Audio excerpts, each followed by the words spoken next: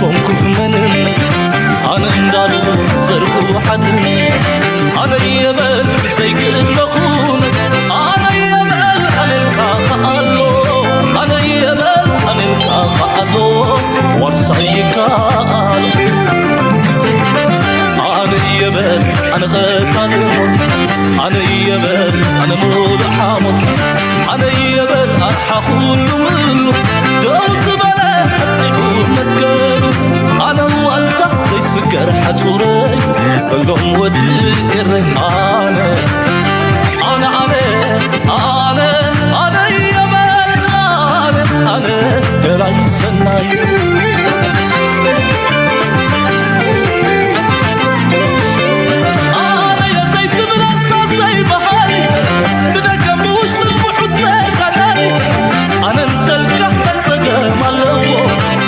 سخا سنف قيلو أنا يبل بزن كمنبسا أنا انتلك يبلون أبسا أنا يبل أنت حالد بي أنا يبل كلنا أتكعب أنا يبل كلنا أتكعب أنا يبل أنت حالد بي أنا يبل حدنتك يعبي أنا تلك يبلون أبسا أنا يبل بزن كمنبسا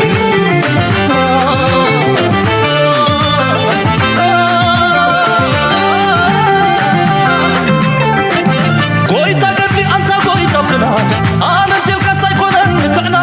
زنق فتحي زقنعك خمقنا أنا يبل أنت الخصاصنا ويتقدلي أنت قوي طفنا أنا تلك أيكون نتعنا زنق فتحي زقنعك خمقنا أنا يبل أنت الخصاصنا أنت إريتراوي سبب مرهاوي يبلون أبس قوزن كمان لسا سلام تخطات نايز channel كما يتخونوا تبوك تكونوا ناي ووتر تمنيتنا يو لما كم ووترون كل زيناتاتنا عالمنا فتشنا تزينا فتاس موتر هذا يكونس بدرجة عالم انتهي تسلوالو أبزوبانا انتهي تسلوالو أب حقرنا انتهي تسلوالو بزي قدس أبينا يكفال قرنا عالم نغمت علينا نحن أخي بخاميك تسلوالنا غلب بوليتيكاوي بتساتاوي بكل مداي نافتشنا نتيزة قاتم زلو زينا مسكونتاتنا أجنازيبنا مرأي عند سرحنا هذا القناة مخانو تفلتيهم لو مون بزح فصاميتات الله بعالم بفلاي دما أبزبنا دونالد ترامب بزح فصاميتات عالم دما ني ممتعنا دونالد ترامب بخميت تسبيلا حيالات هجرات كم بعرشة تشاينا نتينا دونالد ترامب بوليسي بخميك مكتوع يدالوكم زلوكن رينا مبزحتو تلو من ريادما مسعدنا مسزبنا بزي قد سابين لخان عاخون زي قد سحبريتا كل ويو سام مودات ام سايت صنعو لايك مقبار سبورت مقبار لزي channel العلا قداسنات هلو نقطة باز ملكتون مز حجز قبر زلو لوتي أقداس مخرج كبيع مونغو حساب مودات ام سايت صنعو فندما رقص انياينا بزوك نمهار نغل مجمريا أمريكا من جنايتي زيناتات يا أبزوانزي أبزبنا دونالد ترامب بزح قلت في زغنة في أميتات سلوزلو اسكندر رايا what's going on President-elect and former President Donald, congratulations, and looking forward to having a, like we said, smooth transition. Whether we can make sure you're accommodated, what you need. We're going to get a chance to talk about some of that today. So welcome back. Thank you very much. And politics is tough, and it's in many cases not a very nice world, but it is a nice world today, and I appreciate it very much. The transition that's so smooth, it'll be as smooth as it can get, and I very much appreciate that, Jim. You're welcome. Thank you all. So زيان رياض لنا أنت كابتن أقدستي سئلتات ويون فيديوهات أبزي زحلفة 24 ساعات ويون أبزي حلفة وان كنبلون خلينا it's becoming very important بpolitical أمريكا بفلا يدما اتي polarization أمونغو تزبي زلو أمونغو تنكلتا بارتيتات زلو فللي ويون جاب ويون تلي أمونغو حد زلا على درجة بتحكم زلون إذا كلتا يوم زقبروا زلو دما نتي أمونغوم زلو أمونغو تزبي زلو فلليات نمسباب على قدا سنة كله خمس غلي زنقرقن بخمسي بقليلو كحوز غلا يكون مغنياتو دونالد ترامب جو بايدن بفلا دما دونالد ترامب أنصار جو بايدن سدرون زقبروا زنبرو كامبين أزي برتعيو من جو بايدن دارقا ጨርቆክ ሳብ ዝወፅኦም ቀሊጥ እሞ ሕጂ ኣብ መወዳእታ መፂኻ ከምዚ ኢልካ ክትገብር ከለኻ ፅቡቅ ምልክት እዩ ዘርኢ ሕድገታት ምግባር ግን ገምጢልኩም ረእይዋ እዚኣ ዶናልድ ትራምፕ ዘድሰዓር ነይሩ never ever ከምዚ ዓይነት ዕድል ኣይመጋጠመን ነይሩ ናይ ብሓቂ እቲ ዶናልድ ትራምፕ ኣብ 2020 ኒ ጆ ባይደን እውን ኣይተቐበሎን ነይሩ ስለዚ እቲ ብወገን የማናይ ክንፊ ዘሎ ወይ እውን ሪፐብሊካን ሳይድ ነዚ ነገራት ነዚ ሸውዚ ንነፍሶም ክጥዕሞም ከሎ እዮም ዝገብርዎ እምበር በንጻሩ ክኸውን ከሎ ክገብርዎ ድልውነት የብሎምን ስለዚ ሓደ ካብቲ እዛ ስእሊ እዚኣ ንብዙሓት ሰባት ዘገረመት ስእሊ እያ ነይራ ወላ እውን ኣብ ከምዚ ደረጃ ክኸውን ከሎ እቲ ሚድያ እቲ ናይ ፀጋም ዘሎ ነቲ ናይ ጆ ባይደን ወገን ዘሎ እቲ ሜይንስትሪም ሚድያ ጆ ባይደን ክሳዕ ክንደይ ሓያል መራሒ ምዃኑ ነቲ ኩሉ ዘጋጠሞ ሰጊሩ ነዚ ነገር ክገብር ምፍቃዱ ዓብ ነገር ኮይኑ ክምግስዎ ከለዉ እቶም ብየማን ዘሎ ወገን ዶናልድ ትራምፕ ዝግበር ዘሎ ድማ ናይ ብሓቂ ጆ ባይደን ንመጀመርያ ፅቡቅ ኮይኑ ዝተረኣየሉ ንበዓል ብድሕሪ መጋረጃ ንዶናልድ ትራምፕ ንክመፅእ ይደልዮ ከም ዝነበረ ገለ እናበሉ ነቲ ኩነታት ከራስንዎ ኢና ንርኢ ዘለና ትራምፕ ግን ኢሚድየትሊ ቃና ናቱ ነዛ ሰላምታ ጥራዩ ፅቡቅ ዘረባ ተጠቂምላ እምበር ልክዕ ኣብ ልዕልያ ፖሊሲ ናቱ ክዛረብ ከሎ ነቲ ኩነታት ብዓብዩ ብብርቱዕ መንገዲ ዝኽተሎ ዘሎ ጆ ባይደን ድማ ንኣሜሪካ የዕኒዋ ዝብል ፖሊሲ ናቱ ይቕፅሎ ኣሎ ሓደ ካብቲ ልዑል ኣገዳስነት ዘለዎ ኣብዚ እዋን እዚ ዶናልድ ትራምፕ ቲም ናቱ ወይ እውን ካቢነ ናቱ ኣብ ዝመርፀሉ ዘሎ ነፍሲ ወከፍ ዘረቑሖ ሰብ ዓብ ዘረባን ዓብይ ነውፅን ዝፈጥር ዘሎ ብፍላይ ድማ ኣብዘን ዝሓለፈ እዋናት ናይ መወዳእታ ገለ ካብቲ ናይ መወዳእታ ረቂሕዎም ዘለዉ ሰባት ሓደ ነቲ ኣቶርኒ ጀነራል ዝበሃል ነቲ ሚኒስትሪ ፍትሒ ሓላፊ ናቱ ክኸውን ዝኽእል ዝበሎ ማት ጌትስ ዝበሃል ብዙሕ ኣዛራቢ ክኸውን ከሎ ጎኑ ጎኑ ድማ ነቲ ናቱ ናይ ስለያን ናይ ስለያ ሓላፊት ድማ ነታ ቱልሲ ጋባርድ ዝበሃል ስለ ዝገበረኻ ዓብይ ነውፅ ፈጢሩሎ እሱ ድማ በብሓደ ክንሪኦ ክንፍትን ኢና መጀመርያ ግን ኣብዚ ከነስተብለሉ ዘለና እቲ ኣካይዳ ናቶም ንሸይስ ካብ ዝንሰም to gather in those few moments, which is why it's important to see all of them. We hadn't heard from Biden, we took it so quickly. So you've got to see that exchange between two people who really were in quite the epic political battle. Not just 4 years ago in 2020, but fast forward up until June 27th and that debate that basically destroyed Joe Biden's opportunity to stay atop the ticket for the Democratic Party. And when you hear the president-elect say politics is tough, and after that's over, it can be a nice world. We're in a nice world today. Martha, what goes through your mind when you hear that? Well, first of all, that this is very short. Right? They brought in former President Trump. It appears to me that the White House wanted this to be as tight a moment as humanly. ብሓፈሻ ንውሕዳት ደቃይቕ ዘጋጠመ ኩነታት ነይሩ እቲ ኣብ መንጎኦም ዘሎ ፍልሊ ወይ እውን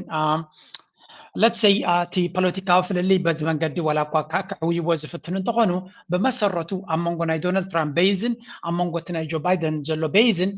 ብቐሊሉ ክትሕውዮ ትኽእል ኣይኮነን እዚ ከዓ ብምንታይ ትሪዮ ድሮ እቲ ዶናልድ ትራምፕ ስለተዓወተ ሓደ ናይቲ ክፋል ንኣሜሪካ ገዲፉ ክኸይ ዝደሊ ኣሎ ኣብዚኣ ስምዕዋ ክስሕቁ ኢኹም ቁርቡን መስሓቃ ይሰኣን ስለዝኾነ Are you distraught after the recent presidential election? Here at Don't Cry Cryo, we understand your pain, and we're here to help. Our expert team of cryogenic care providers can cryogenically freeze you until the Trump presidency has ended. No more crying, no more anxiety attacks, just blissful sleep. እንታይ ኣብ ዝብሉ ዘለዉ ብሰንኪ ዶናልድ ትራምፕ ምምራፁ ናይ ብሓቂ ልብኻ ተሰይርካ ዓቕልኻ ፀይብካ እንተሎ መፍትሒ ረኺብናልካ ኣለና ኣብዚኣ ኒውዚ ትበሃል ዘሎ ወይ ክራዮ ትበሃል ዘላ ካምፓኒ ናትና ንሱ ድማ ነዘን ዝመፃ ዘለዋ 4 ዓመት ኣብ ከም መቃብር ክንገብረካ ኢና ወይ ክንገብረካ ኢና ዝኾነ ነገር ከም ዘይትሰምዕ ኣብ ኮማ ክንእትወካ ኢና ድሕሪተን 4 ዓመት ድማ ትትንስእ ዶናልድ ትራምፕ ስልጣኑ ምስ ወደየ ምናልባት ድሕሪኡ እውን እቲ ምክትሉ ፕሬዚደንት ድሕሪ ኮይኑ ድማ ዲስካውንት ክንገብረልኩም ኢና ነቶም ድሕሪኡ ተወሳኺ 4 ዓመት ናይቲ ጄዲ ቫንስ ክትውስኹ እንተደሊኹም ድማ እዚ ከዓ እንታይ ዘርእየካ ናይ ብሓቂ እቲ ኣብ መንጎ እቲ ፖለቲካል ፓርቲ ዘሎ ፍልሊ ጥርዚ በፂሑ ከም ዘሎን ብቐሊሉ እቲ ሰብ ንዕዑ ነቲ ኩነታት ስዕረት ናይቲ ሓደ ንክቕበል ክሳዕ ክንደይ ከም ዝኸብዶም ዘሎ ብሰንኪ ዶናልድ ትራምፕ ምምራፁ ዓቕሊ ፅበት ዝሓዞም ሰባት ኣለዉ ዶናልድ ትራምፕ ጥራይ ዘይኮነስ እቲ እሱ ዝመርፆ ዘሎ ቲም ድማ ሓደ ካብቲ ዘሰንብት ዘሎ እዩ መጀመርያ ዶናልድ ትራምፕ ለንቀደ ብዙሕ መግለፂታት እንዲዝህብ ዘሎ ሓደ ካብኡ እዚያ ዝበላ እስከስምዕዋ Biden, there's been a catastrophic increase in shortages of essential medicines. Last year, new drug shortages were up by 30% with 295 active drug shortages just by the end of 2022 alone. It's a mess. There's currently a shortage of at least 14 critical cancer drugs in the United States. America እንታይ ኣለና ዝብል ዘሎ ዶናልድ ትራምፕ ናይ መድሃኒታት ሕፅረታት ከም ዘለዎም ኣሜሪካ ናይ ዓለምና ዝሃብተመን ዝዓበየ ቁጠባ ዘለዎ ሃገር ናይ መድሃኒት ፀገም ከም ዘለዎም እዚ ፀገም እዚ ድማ ምስቲ ምስ ቻይና ዝገብርዎ ዘለዎ ሽግራት ካብኡ ዝብገስ ክኸውን ከም ዝኽእል ስምዕዎ ንካንሰር ዝኸውን ንካልኦት ኣገደስቲ ሕማማት ዘድሊ መድሃኒት ክረኽቡ ይክእሉን እዮም ዘለዉ ስለምንታይ ከም ዝኾነ ንክትፈልጡ ዶናልድ ትራምፕ ብርቱዕ ዝኾነ ፖሊሲ ወይ እውን ካቢነ ኣንጻር ቻይና ክጉስጉስ ዝኽእል እዩ ዝገብር ዘሎ እቲ ሕቶ ግን ካብ ኣፉ ስምዕዎ ኣብ መንጎ ቻይናን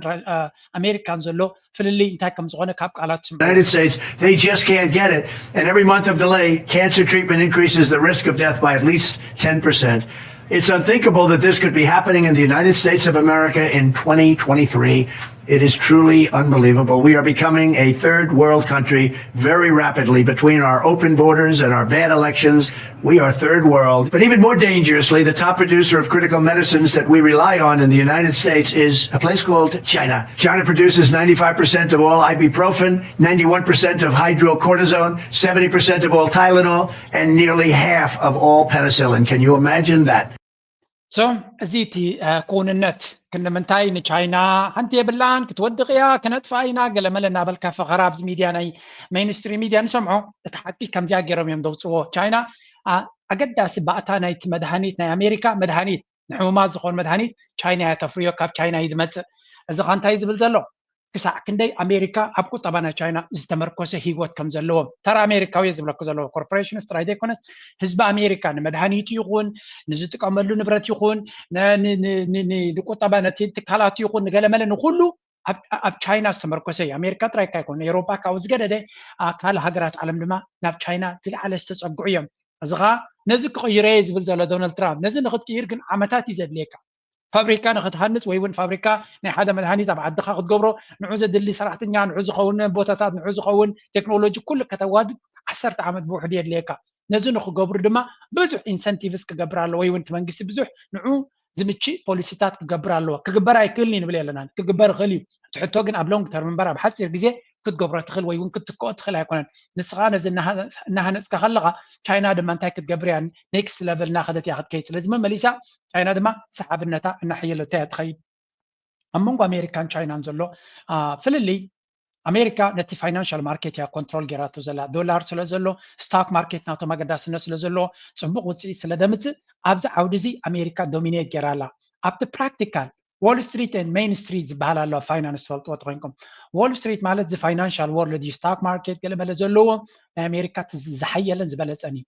ሜይን ስትሪት ግን ፋብሪካታት እቲ ንመነባብሮኻ ብመሰረቱ ዘድልየካ ትበልዖ ድዩ ትኽደኖ ድዩ ትጥቀመሉ ንብረት ድዩ ገለመለ ዘፍሪ ቁጠባ ናይ ቻይና እዩ ስለዚ እቲ ኩነታት ኣብ ረስኒ ምስ በፅሐ ኣብ ዎል ስትሪት ዘሎ ገንዘብን ወረቐትን ኣይኮነን ክጠቕመካ ኣብ ገዛኻ ዘሎ ንብረት እዩ ዘድልየካ ስለዚ ንብረት ዘለዋ ንብረት ተፍሪ ቁጠባ ፕራክቲካል ቁጠባ ዘለዋ ቻይና እያ ፋይናንሻል ዓቕሚ ዘለዋኻ ኣሜሪካ እያ ስለዚ ኣብ መንጎ ክልቲኦም እንተተዛሚዶም ንዓለምና ፅቡቕ እዩ ክሰሓሓብ እንተጀሚሮም ግን ዝለዓለ ዝቕንዞመን እዩ ንስኻ ኣብ ገዛኻ መዓት ወረቐት ዶላራት ኣለካ ትበልዖት መግቢ ድዩ ትኽደኖ ክዳን ድዩ ትጥቀመሉ ንብረት ድዩ ኩሉ ግን ካብቲ ድኳን ኢኻ ትገዞ ስለዚ ወረቐት ስለ ዝሓዝካ ዓቕሚ ኣለኒ ክትብል ትኽእል ኢኻ ትበዓል ድኳን ኣይሂበካን እየን ድሕሪ ኢልካ ነቲ ንብረቱ ግን ወረቐትካ ክትገብሮ ንወላ ሓንቲ ጥቕሚ ክትጥቀመሉ ትኽእልኒ ኢኻ እዚ እንታይ ዝብለካ ኣብ መንጎ ቻይናን ራሽያን ኣብ መንጎ ቻይናን ኣሜሪካን ዘሎ ዝምድና ብጣዕሚ ዕምቆት ዘለዎ ስለ ዝኾነ በዚ ዶናልድ ትራምፕ ብሲምፕሊስቲክ ቃላት ዝጥቀመሉ ዘሎ ወይ እውን ገለ ብቐሊሉ ክሰግሮ ትኽእል ኣይኮነን ነዚ ንምግባር ዶናልድ ትራምፕ ከበግሶየ ብዙሕ ላዕልን ታሕትን ይብል ኣሎ እቲ ሕቶ ግን ቻይና ኢቭን ኣብቲ ኣሜሪካ ንሕና ኢና ንቆፃፀሮ እዚ ዓለም እዚ ንዓና ዝወዳደረና የለን ኣብ ዝብል እውን ብዘሰንብት ቅልጣፈ እዮም ዘሰንብድዎም ዘለዉ ነዚያ ሪፖርት እዚኣ ዝከረይዋ of Zhuhai. A lot of aircraft, drones and naval equipment are on display, but the show has two top attractions. One is a stealth fighter jet. It is called the J-35A. It's being billed as Beijing's answer to America's F-35. The second top attraction is not even Chinese. It's a Russian Su-57 jet. It's on display at this year's air show in China. But what is the Russian jet doing there? And what does China hope to achieve with this display of military might?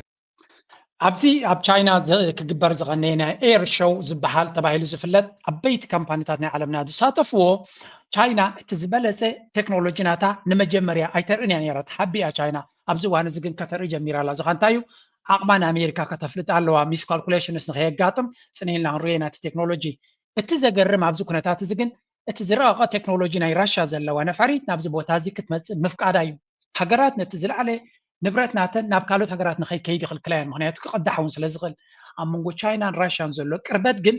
even it is very sensitive ዝኾነ ንብረት ናይ ራሽያ ኣብ ቻይና ክኸይድ ምኻሉ ንኣሜሪካውያን ድቃስ ዝኸልጥ ራይዳ ይኮነስ እቲ እዚአን ክልቲአን ሃገራት ፈጢሮንኦ ዘለዋ ዝምድና ክሳዕ ክንደይ ዕምቋት ከም ዘለዎን ብቐሊሉ ክስገር ከም ዘይክእልን ዶናልድ ትራምፕ ዝገበረ እንተገበረ እውን ዓብ ብድሆ ቅድሚ ወሪዱ ከም ዘሎ Our next report tells you. This is the J-35A, a fifth-generation stealth fighter jet. It can evade radar detection. It has advanced intelligence features. It can attack at supersonic speeds. The J-35A is China's latest model of the stealth fighter jet, and clearly the biggest attraction at the Zhuhai Air Show. Tuesday was the opening of the biennial exhibition. So ኣብዚ ንሪኦ ዘለና ቻይና ናይ ብሓቂ ኣብ ወታደራዊ ዓቕሚ ኣብቲ ኤቪዬሽን ዝበሃል ዘሎ ድማ ኣብዚ ናይ ሰማይ ነገራት ድማ ብናይ ስፔስ ይኹን ብድሮናት ይኹን ብነፈርቲ ይኹን ብኩሉ ኣዝያ ሓያል ሃገር እናኾነት ትመፅእ ኣላ ኣብዚ ሸው እዚ ገለ ካብ ዝተራዩ ንግረ መንገደይ ክረቑሓልኩም ብዙሕ እንዲ ዘሎ ግን ኩሉ ክንርዮ ንኽእል ኢና ግን ሓደ ካብቲ ቴክኖሎጂ ናይ ፅባሕ ቴክኖሎጂ ምዃኑ ዝንገረሉ ዘሎ ሉከዴስ መኪና እያ ካብ መኪና ትወፅእ እንታይ ክትወፅእ ካብዚ መኪና ራዩ እቲ ቴክኖሎጂ ኣብ ቻይና ዘሎ ምናልባት ቀፃሊ ስለዘይ ንሪኦ ዘሎ ይርዳዕና የለን ኣብ ቻይና እንታይ ዓይነት ምዕባለ ይግበር ከም ዘሎ ራይቦ እንታይ ትወፅእ ኣላ እዚኣ ባዕላ ትኸይድ ነፋሪት ማለት እዩ መኪና ዓይነት እያ ባዕላ ፓይሎት የድልየካ ኣውቶ ፓይሎት እያ ድይብ ኢልካ ንዓዓ ትንቅፍ ሰበልካ ባዕላ ኸይዳ ናብ ከተማ ናይ ከተማ ፍላይንግ ካርስ ብሎ መኻይን ፍላይ ዝገብራ ማለት እዩ እዚ ሓደ ካብቲ ኣብዚ እዋን እዚ ኣዝዩ ተደላይነት ዘለዎ ቴክኖሎጂ እዩ ምክንያቱ መኻይን እንታይ ኮይነን ኣለዋ ፅርግያ ፀቢቡ ሰብ ብፅርግያ ኸይዱ ንብረቱ ጉዕዞ ከሳልጥ ኣይክእልኒ ሄሊኮፕተር ንክትገብር ድማ ፍሉይ ፍቓድን ፍሉይ ቦታታትን ፍሉይ መቐመጥናቱን ገለን ይዘድልየካ ስለዚ ከምዚአን ዓይነት ፍላይንግ ካርስ of course ምስቲ ናይ ሰማይ ትራፊክ ክኸብድ እምበር እዚአን ዓብ መፍትሒ ክኾና ከም ዝኽእላ ምክንያቱ ብመሰረቱ ሃብታማት ሰባት ወይ ከዓ ማናጀራት ናይ ካምፓኒታት ብመኪና ክኸዱ ፅርግያታት ፅበት ናይ ፅርግያ ከም ዘሎ ኢና ንፈልጥ ካብትን ናብትን ክኸዱ ብሄሊኮፕተራት እንቀሳቀሱ ድማ ሄሊኮፕተራት ንባዕሉ ፓይሎታቱን ገለመለታቱን ብዙሕ ሎጂስቲክ ዘድልየ ከምዚአን ዓይነት ፍኹስ ዝበላ ቀልጢፈን ነገራት ከሳልጣ ከተሳልጥ ተደሊኻ ክትከደለን ትኽእል ልዑል ኣገዳስነት ዘለዎን ቴክኖሎጂ ድማ ንርኢ ኣለና ኦልሬዲ እዚ ቴክኖሎጂታት እዚ ኣብ ዱባይ ኣብ ዝቐረባ ግዜ ክጥቀምሉ መደብ ከም ዘለዎም እዩ ዝንገር ዘሎ ምክንያቱ ፅርግያታት ናቶም ብፍፁም ክትንቀሳቀሰሉ ስለዘይትኽእል በቲ ትራፊክ ጃምስ እቶም ኣገደሲ ሰባት ካብን ናብን ክኸዱ በዘን ዓይነት መኻይን ግን ከዓ ዝነፍራ ወይ እውን ፍላይት ክገብራ ዝኽእላ ብኣታተን ክኸዱ እዚ ሓደ ካብቲ ኣብቲ ኤር ሾው ናይ ቻይና ዝተራየ ቴክኖሎጂ እዩ እዚ ኸ እንታይ ዘርእየካ ቻይና ቀሊል ዓይነት ዘይኮነ ቴክኖሎጂካዊ ብቅዓት ሒዛ ቀሪባ ከም ዘላ ክንምንታይ ኣሜሪካ የግርዑ ኣለዉ ኣብ ዓለም ኣብ ቻይና ኣብ ቁጠባዊ መዳይ ተኸዶ ደላ ብቐሊሉ ክሰግሮ ኣይኮነን እዚ ዝሓን ንሲቪላዊ መዓላ ስለ ዝኾነ እንታይ ክትብሉ ኣብቲ ወታደራዊ ከዓ ቁርብ ምስማዕ The 17th. On display are aircraft, drones, missiles, and a vast array of other military equipment. They are produced by Chinese companies, and it's a way to showcase progress, to flaunt Chinese technology. እዚ እንታይ ኢና ንርኢ ዘለና እዚ ኣፅዋር እዚ እዚ ኩሉ ትሪእዎ ደለዎም ቴክኖሎጂ ናይ ኩናት እዩ ሚሳይላት ኤር ዲፈንስ ሲስተም ድሮናት መቆፃፀሪ ንድሮናት መፍረዪ ገለመለ ኩሉ እዚ ተን ካምፓኒታት ይንቀሪበንኦ ዘለዋ እንታይ ማለት እዩ ነዚ ኣፅዋር እዚ ክትገዝእ ተኮይንካ ኣብ ናይ ኣሜሪካ ሪጋ የድልየካን እዩ እዞም ኮርፖሬሽንስ እዚኣተን ከፍ ቅዳልካ ይኽእላያን ወይ እውን ምስ መንግስቲ ቻይና ፅቡቅ ዝምድና እንተለካ ዝበለፀ ስቴት ኦፍ ዲ ኣርት ኣፅዋር ንክትገዝእ ትኽእል ኣሜሪካ ብዓብዩ ዝዓበየ ሽግር ይፅበያ ኣሎ ኢቭን ኣብቲ ዲፈንስ ኢንዱስትሪ ቻይናውያን ብቁልጡፍ መንገዲ ይመፅዎም ስለ ዘለዉ ኣብቲ ውድድር ናይቲ ዕዳጋ ኣሜሪካ ዶሚኔት ትገብሮ ነይራ ሕጂ ግን ብኸምኡ ክቕፅል ኣይክእልን እዩ ናይ ራሽያ ዲፈንስ ኢንዱስትሪ ከምዚ ዓይነት ሸው ገይሮም ነይሮም ብዙሕ ሰብ ተዓዛቢ ብፍላይ ካብ በዓል ኣፍሪካ ብዙሓት መራሕቲ ተሳቲፎም ነይሮም ሕጂ ድማ ኣብ ቻይና ንሪኦ ኣለና ብምሉእ ዳርጋ ብዙሓት ሃገራት ናይ ዓለም እቲ ናይ ኣሜሪካ ብሰንኪ ናይ ፖለቲካ ናይ ኣይዲዮሎጂ ናይ ገለመለ ስለዘይፍቀደሎም ካብ ቻይና ንክገዙ ድልውነት ከም ዘለዎም ይዝረአ ዘሎ እዚ ከዓ ነቲ ውድድር ኣብ መንጎ ኣሜሪካን ቻይናን ዘሎ መመሊሱ ንላዕሊ ከም ዝኸይድ እዩ ዝገብሮ ዘሎ that's why ዶናልድ ትራምፕ ኣብዚ ዝመፆ ዘሎ ስልጣን ነዚ ካውንተር ክገብሩ ዝኽእሉ ኣገደስቲ ሰባት ፖለቲከኛታት ከም ዘለዎ እዩ ዝንገር ነይሩ ሓደ ካብትዮም ናብ ስልጣኑ ብምምፃእ ነዚ ነገር እዚ ንምምካት ክሕግዝዎ እዩ ዝተባሃሉ ድማ እስከ ቁርብ ሪፖርት ንርኢ ኣብዚ If our control room can, I'd like us to put back up for our viewers the graphic that shows all of the different people that the president-elect has tapped to be members of his cabinet or serve in major roles. And of all of them, Finn, I'm wondering, who do you think are the most surprising picks? እዚኣቶም እቶም ኦልሬዲ ነቲ ኣብ ቀዳማይ ገፅ ተወሲዶም ዝነበሩ መራሕቲ ኢና ንርኢ ዘለና እዚኦም እዮም እቶም ኣብ ካቢነ ናቱ ንክኣትዉ መሪፅዎም ዘሎ ዶናልድ ትራምፕ ስለዚ سوزي وايلز بال نايتي كامبين ناتو مراحيت نبرتيا تي ستيفن ميلرز بال ما بقدماي محدراناتون افنيا زنبريو توم هوماند بال نايتي دوبات ناتو حلاف غير ولو تا السي ستيفانيك بال ما امباسادر اب يو ان ياخذ كون تي بيتر هيغس ودلوها ناي ديفنس ناتو كغبر حسيب زليو جون راتكليف كا ناي سي اي دايركتور غير ولو قبل علزيوم جن كلتا سلسة توسيقهم علو حانت كابتوم توسيقهم زلو دما نتو ميدياتات كتصللهم قريبا زلا نو كلتا سبات حدش تمريتهم زلو اب تحت تريوهم زلهم بيماناي وغن تحت زريكم زلو تا تولسي غابارت تبهال كم دما تي مات جيتس تبهال كلتيوم حانتي ناي سلي مرببات ناي امريكا دايركتور كتكونيا اتخالاي دما نايتي اتورني جنرال ويون نتي بيت فردات نايت هاجر زقوا عصر حيلي كون شو ازوم كلتا بوزيشنز ازي ما قدست قبل علم مخانم ازوم كلتا سبات تمريصهم زلو دما التمين ستريم ميديا بتعمل زصلهم زنبره سباتيوم ስለዚህ እሳቶም በመምጾም ኣብቲ ዘሎ ፖለቲካዊ ዶናልድ ትራምፕ ኣብዝ ሓለፈ ልዑል ነቐፌታ ወሪድዎ ነይሩ ሕጂ ግን እንታይ ክገብር ጀሚሩ ኣሎ ምናልባት ካብቲ ፀቕጢ ካብ ህዝቢ ዝመፀ ዘሎ ይመስለኒ ነዞም ክልተ ሰባት ኣገደስቲ ቦታታት ይብዎም ኣሎ ብፍላይ እዚ ማት ጌትስ ዝበሃል እስራኤላውያን እቲ ናይ እስራኤል ኤፓክ ዝበሃል ዝኾነ ይኹን ደገፍ ዘይገበረሉ እዩ ስለዚ ብዙሕ ግዜ ኣታክ ዝገብርዎ ዝነበሩ ምዃኖም እዩ ዝንገር ንሱ ኣብዚ ናይ ኣቶርኒ ጀነራል ሓላፊ ብምዃኑ ረቂሕዎ እዩ ዘሎ ግን እቲ ሰነት ኣፕሩቭ ክገብሮ ስለዚ እቲ ዝኸበደ ስጉምቲ ምዃኑ እዩ ዝንገር ዘሎ ሕጂ ስምዕዎም ዛዕቡ ክዛረቡ do you think might have the most difficulty as the president-elect puts his nominations forward to the Senate for confirmation? I think two of the names that have been announced today may be the most problematic with landing these picks to become actual cabinet members, and that is Pete Hegseth and, of course, now Matt Gaetz, the controversial congressman out of northwestern Florida. I do think these two are close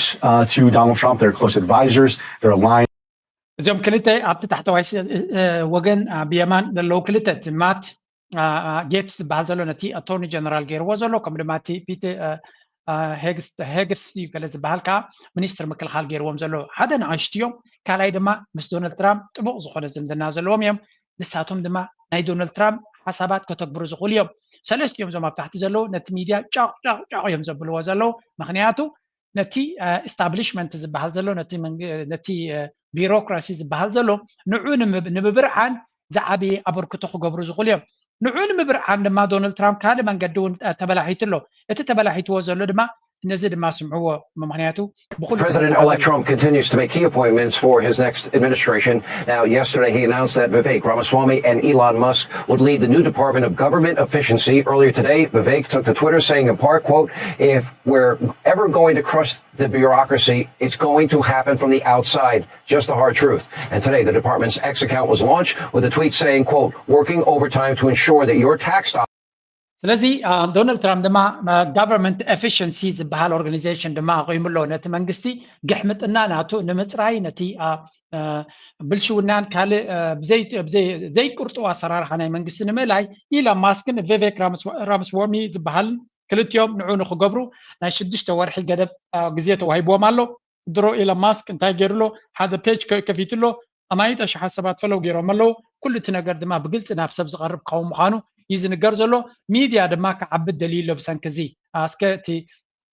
ቪቬክ ኢንተርቪው ገይሩ and the richest guy, but you look at Elon Musk and he's a genius. If you can figure out a way to go save those astronauts that are lost in space, God bless you. I could never figure that out in 500 lifetimes. So I admire that. He's talking about $2 billion in cuts by identifying waste, fraud, and abuse. Is that a realistic number? That's a big number.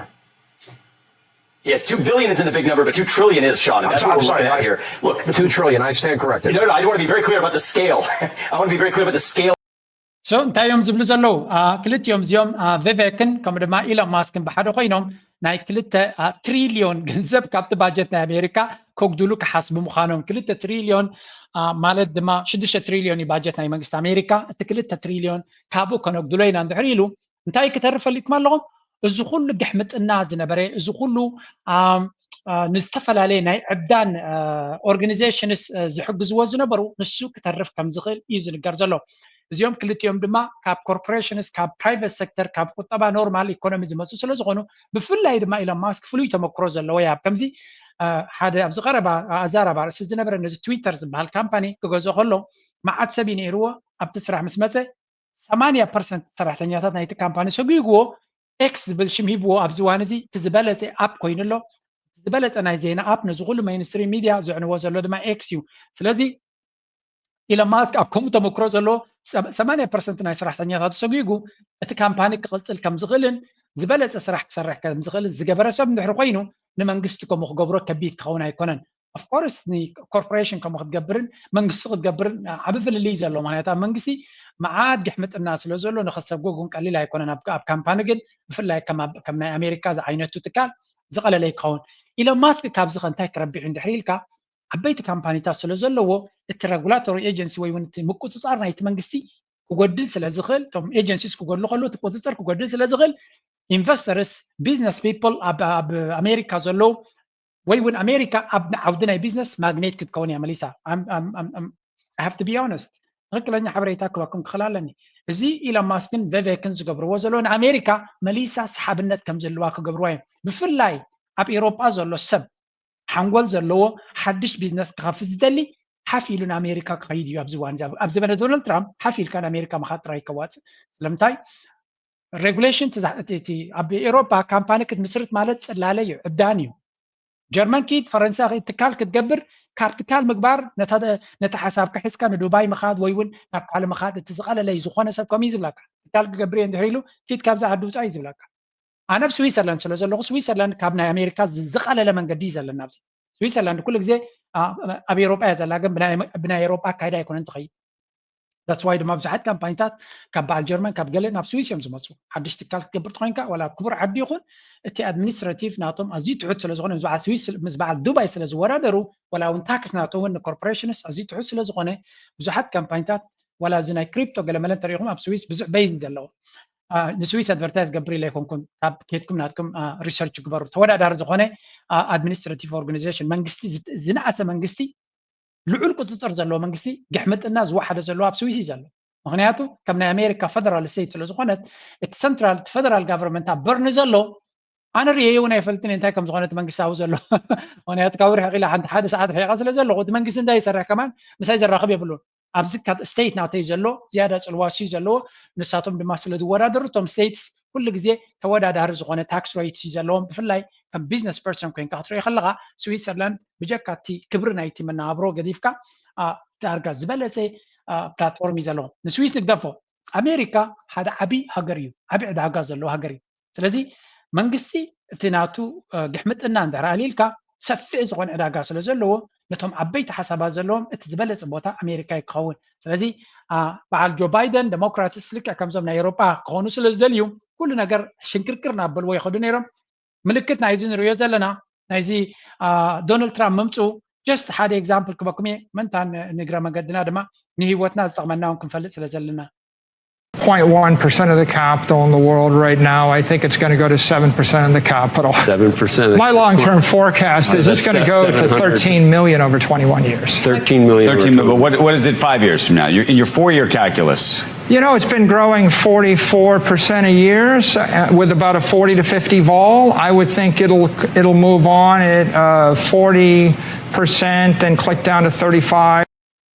እንታይ ይብላ ኣሎ እዚ ትሪእዎ ዘለኹም ኣነ ኣብዚ ክነግረኩም ከለዎ ከታልለኩም ወይ እውን ከምዚ ንዓይ ደስ ንክረብሕ ኢለ ዝገብረኩም ከይመስለኩም ማይክል ሴይለር ኢልኩም ኣብ ጉግል እንተኣትኹም ዳርጋ ኦልሞስት ናይ ክሪፕቶ ብፍላይ ንቢትኮይን ድማ እቲ ዝለዓለ ኢንቨስተር ኣብኡ ተኣማኒ ሰብ ተሎ ማይክል ሴይለር እዩ ቢትኮይን 55,000 ከላ እንታይ ኢሉ ተዛሪቡ ነይሩ ሓንቲ ቢትኮይን ኣብ ዝመፅእ ዘሎ 20 ዓመት 13 ሚልዮን ክኸውን ዋጋ ኢሉ ነይሩ ሓንቲ ቢትኮይን 13 ሚልዮን ዶላር ክኸውን ዋጋ ኢሉ ነይሩ ንሱ ከምኡ ክብል ከሎ እቲ ቢትኮይን 55,000 ነይሩ 55,000 ኦልሬዲ ላዕሊ ደይባላ ተባሂሉ ይዝረብ ነይሩ ኣብዚ እዋን እዚ ንሱ እቲ ዝዛረቦ ዝነበረ ናብ 9,000 ክሳብ 93,000 ሃሪማ ነይራ ቢትኮይን ስለዚ ካብቲ ንሱ ዝዛረበሉ ዝነበረ ግዜ ክሳብ ኣብዚ እዋን እዚ ክሳዕ ክንደይ ለውጢ ገይሩ ኣሎ እቲ ዝብሎ ዘሎ ድማ ንሱ ዝበፅሐ ቢትኮይን ኢንቨስት ዝገብር ዘሎ ሰብ እዩ ብዛዕባ ክሪፕቶ ብዛዕባ ኢንቨስትመንት ክዝረብ ከሎ ፕሊዝ ንመን ክሰምዕ ከም ዘለና ክንጥንቀቕ ኣለና ابزناتي بلاتفورم قصالا يمصن يغن ابت منقسقاس زلو حبريتا كبفتني بفلاي دما ابتنا تي في اي بي ناتي ابز حلفه مور حبيله كلتا ثلاث فيديوهات نتوم ابالات سديدلهم نيرنتايله كريبتو حج وريدلو حج تتقموا لي انكنه لعل يبسل زلو غزو يله حساب يبي يالهون كن كتبقاس عليك ولا بوحد منقدي لعل كل كن بوحس منقدي مبقاس عليو سلامتايكم يبلالت مهنياتنا تسمعوه then 30, then 25, and at some point it'll be the S&P return plus 8%, and it'll be the S&P vol plus 8% because it's always going to be a more global, open, free capital market. How is there stuff that's above your pay grade? You're worth billions. I mean, we can say that it's above our pay grade, but who gets to decide if it's above your pay grade? بزخانه بزعبا كريبتو كنزارب كلنا بزع مايكل سيلر مالت كيتكم نات فيديوهات بزح لونج فورمات فيديوهات كبريو كيتكم تسمعكم تخكلني حبريتا كل وكم يخليو زنبو حبريتا حنت نقرا من قدي زي نقرا قليلهم سلس حفوله كريبتو يلوم بشم كريبتو دشكتو بزح حسابات الله تتخكلني كريبتو تخكلني بلاتفورم سكينو غروخم مع تركيز الله مغنياتو نعزقوا هاصر منقس سلازي معرك كندي صبوق زينا كسمعكم يخيل أستوعبكم تديكتكم بغربة أو حدا كتوت كتخليهم. دونالد ترامب أمرارت أنا تو أبت بوليتيكا بدرجة عالم كوريا خلنا ساعة كنديش الواكل وكم زغل كن جنزب كن كلال لنا قلنا ناتو دما بتي قبل ملس. On the issue of defense, he called it a gap of vulnerability. China, Russia, they have hypersonic missile technology. We do not. We're going to have to spend a lot of money on defense to catch up and to surpass our enemies.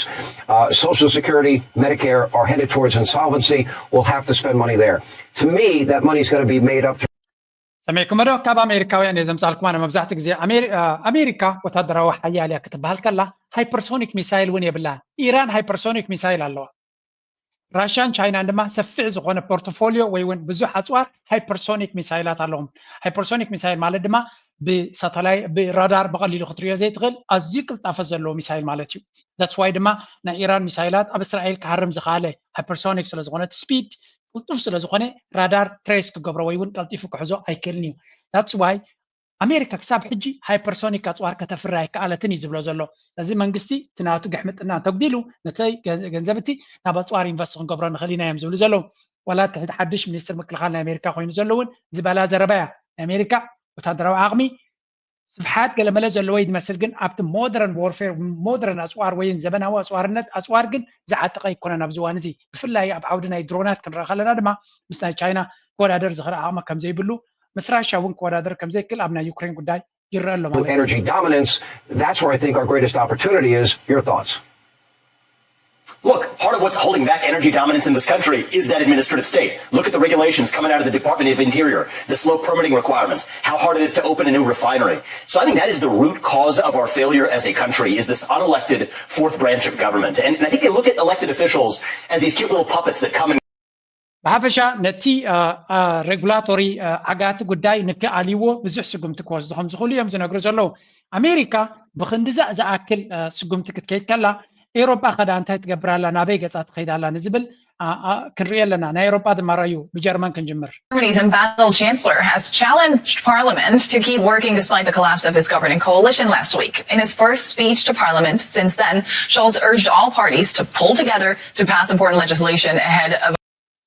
جرمن دما مجمريا قطبانا تانا ترمسي خيدالو نبليرنا اتزنا برا منقس دما مليس عجي ابن حد حدم اسم مع سلسانه تي بحد اللي فنتغير منقستاغو يمزنا برا بارتيتات سلسته فلاليو منقستناتهم دما ودي قلاب زوانتي سلازي كساب حدش من رجا غيرهم حدش منقس زقومو دارغا بهردبدبنا بالكاغو عزي وين زلو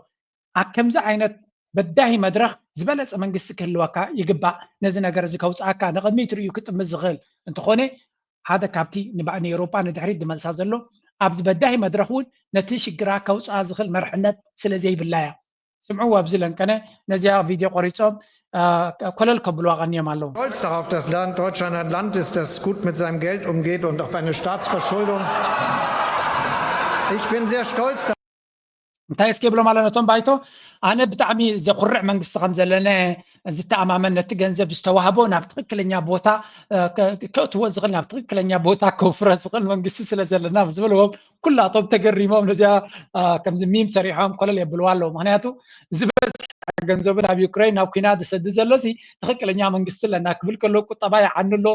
ሃገር ናብ ሕማቕ ማእዝን ትኸይዳላ ንሱ ግን እንተይብላሎ በቲ ዝኸዶ ዘሎ መንገዲ ኣዝዩ ዝኮርዕ ምዃኑን ብኡ ክቕፅል ድሌት ከም ዘለዎን እዩ ዝነግር ዘሎ ጀርመን ድማ ናይ ብሓቂ ኣብዚ እዋን እዚ ጥዑይ መርሕነት ዘይተዓደለት ሃገር እያ ትበሃል ዘላ next month and snap elections in February. But the session soon deteriorated into a heated blame game.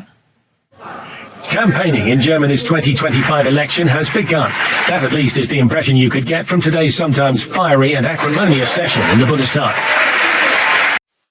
ኣብዚ እዋን እዚ እቲ መንግስቲ ናይ ጀርመን እቲ ባይቶ ናይ ጀርመን ብወቅዒ ኣብ ወርሒ 2 ምርጫ ክገብር ምዃኑ ወሲኑ ኣሎ እዚ ምርጫ እዚ ድማ ነቶም የማናይ ክንፊ ናይ ብሓቂ ኣብ ዝበለፀ መድረኽ እዩ ዝኾኖም ዘሎ ምክንያቱ ኣብዚ ዝገበርዎ ክዕወቱ ፀኒሖም መንግስቲ ናይ ጀርመን ቁጠባ ናይ ጀርመን ናብ ዝኸፍአ ማዕዝን ኣብ ዝኸደሉ ዘሎ እቲ ኣብ መንግስቲ ዝነበረ ወይ እውን ምስቲ ዝመርሕ ዘሎ መንግስቲ ልፍንቲ ገይሩ ዝነበረ ፓርቲታት ዓብ ሓደጋ ከጋጥሞም ከም ዝኽእልን እቲ ክውንነት ድማ ክሓብዎ ስለ ዘይክእሉ ኣብዚ እዋን እዚ ኣብዘን ዝመፃ ዘለዋ ዋርሕ ኣብ ሓፂር ግዜ ነቲ ዝነበረ ኣረኣያ ንክትቅይር ኮይንካ ብዙሕ ግዜ ብዙሕ ኢንቨስትመንትን ከድልዮም እቶም ኤስፔዴ እቶም ናይቲ ዘመሓድር ዘሎ መንግስቲ ልፍንቲ ዝነበሩ እቶም የማናይ ክንፊ ድማ ነዚ ዕድል እዚ ተጠቂሞም እቲ ህዝቢ ድማ ዓብ ቅርሕንቲ ስለ ዘለዎ ምናልባት ኣብ ጀርመን ሰፊሕ ዝኾነ ዓወት ናይቲ የማናይ ክንፊ ክንርኢ ንኽእል ዝኸውን እዚ ድማ ዓብይ ነፍሱ ዝኸኣለ ዓብ ፅልዋ ክህልዎ እዩ የማናይ ክንፊ እዚ ኩናት እዚ ብሰላማዊ መንገዲ ኢና ክንፈትሖ ዘለና ምስ ፑቲን ክንዘራረብ ኣለና ዝብል እምነት ኣለዎም ብፀጋም ኮይኑ እውን ናይ የማናይ ኣተሓሳስባ ዘለዎ እውን ኣሎ ስለዚ ንሪኦ ዘለና እቲ መንግስቲ ኣብ ኤሮጳ ዘሎ ክሳዕ ክንደይ ውድቀት ኣጋጢሞ ከም ዘሎ ህያው ኣብነት ናቱ ድማ ጀርመን ተዓንዲ ሕቆ ናይቲ ኤሮጳ ሕብረት ትበሃል ዝነበረት እያ ዳርጋ ቁጠባ ናይ ጀርመን ልዕሊ ፍርቂ ናይተን ኤሮጳ ሕብረት ዝበሃል ሃገራት ተኣኪበን ክንደኣ እንተኾና ብቁፅሪ እየን ብዙሓት እምበርተን ካልኦት ጨቃዊት እየን ናይ ጀርመን ቁጠባ ሕማቕ ኣሎ ማለት ኤሮጳዊ ሕብረት ናብ ሕማቕ ከም ዘለዎ ሓንቲ ፀብፃብ ኣብ ዝቐረባ ዝረኣኽዋ እንታይ ትብል መሲልኩም ኣብ 2008 ቁጠባ ናይ ኣሜሪካን ቁጠባ ናይ ኤሮጳዊ ሕብረትን ማዕረ እዩ ነይሩ ክሳብ በቃ ዝተሓናነቐ እዩ ነይሩ ሎሚ ኸ ቁጠባ ናይ ኤሮጳ ፍርቂ ናይ ኣሜሪካ ኮይኑ ኣሎ ካብ 2008 ክሳብ ሕጂ ዝኽተልዎ ዘሎ ፖሊስን ንኤሮጳዊ ሕብረት ንቁልቁለት ክወስዶ ከሎ ንኣሜሪካ ግን ንላዕሊ ወሲድዋ መርኣያ ናቱ ኣፕል ሽዑ ዓብ ካምፓኒ ነበረን ፌስቡክ ዘይፍለጥ ካምፓኒ ነይሩ ጉግል ዘይፍለጥ ካምፓኒ ነይሩ ኩላቶም ዞም ናይ ቴክኖሎጂ ሎም ኣብ ጥርዚ ዘለው ካብ 2008 ንዝሓር ዝበቆል ሽዑ ቅድሚ በቂሎም ዝነበሩ ግን ክዕንብቡ ዝኽኣሉ ድሕሪኡ ብዝተገበረሎም ደገፍ እዩ ኤሮጳ ግን ዋላ ሓንቲ እውን እንተኾነት ዓባይ ካምፓኒ ከምስርት ኣይከኣለን እታ እንኳ ኣብ ውሽጢ ኤሮጳዊ ሕብረት ዝበቆለት ትበሃል እዛ ስፖቲፋይ ትበሃል ካምፓኒ እውን ንሳ እውን ንኣሜሪካ ግዕዛ ከይዳ ማለት እዩ ስለምንታይ ኣብ ኤሮጳ ዓብ ካምፓኒ ንክትገብር መቕፃዕቲ እዩ ንካምፓኒ ዘይድግፍ ሕጊን ኣካይዳን ስለ ዘለዎም ዓበይቲ ኮርፖሬሽንስ ካብዚ ሃገር እዚ ብፍላይ ናይ ቴክኖሎጂ ተኮይነን ካድማ ጥራየን ዝመርፃ ስለምንታይ ኣካይዳ ናቶም ንቢዝነስ ዝዕድም ስለ ዘይኮነ ኣብዚ ተኣኪቦም ከምዚ ይግዕሩ እቲ ቁጠባ ግን ይርክመሽ ኣሎ ምናልባት ከምዚ ፍሉይ ፅልእ ዘለና ኤሮጳ ዝመስሎም ሰባት ኣለዎ እቲ ክውንነት ግን ከምኡ ይኮነን ኤሮጳ ንክዕወት ተኮይኑ እቶም ኤሮጳውያን ዝብልዎ ዘለው መንግስቲ ኣካይዱ ክቅይር ኣሎ ጀርመን ክዕወት ተኮይኑ ወይ ካብዚ ዘለዎ ሽግር ክወፅእ ተኮይኑ ኣካይዳ ናቱ ክቅይር ክኽእል ኣሎ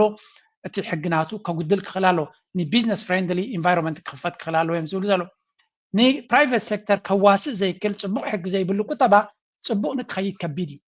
ጎቱ ቻይና ነቲ መንግስትን ገለመለ ናይ ትቃወም ዳ እምበር ድሌትካ ክትገብር እዩ ዝፍቀደልካ ኣብቲ ዓዲ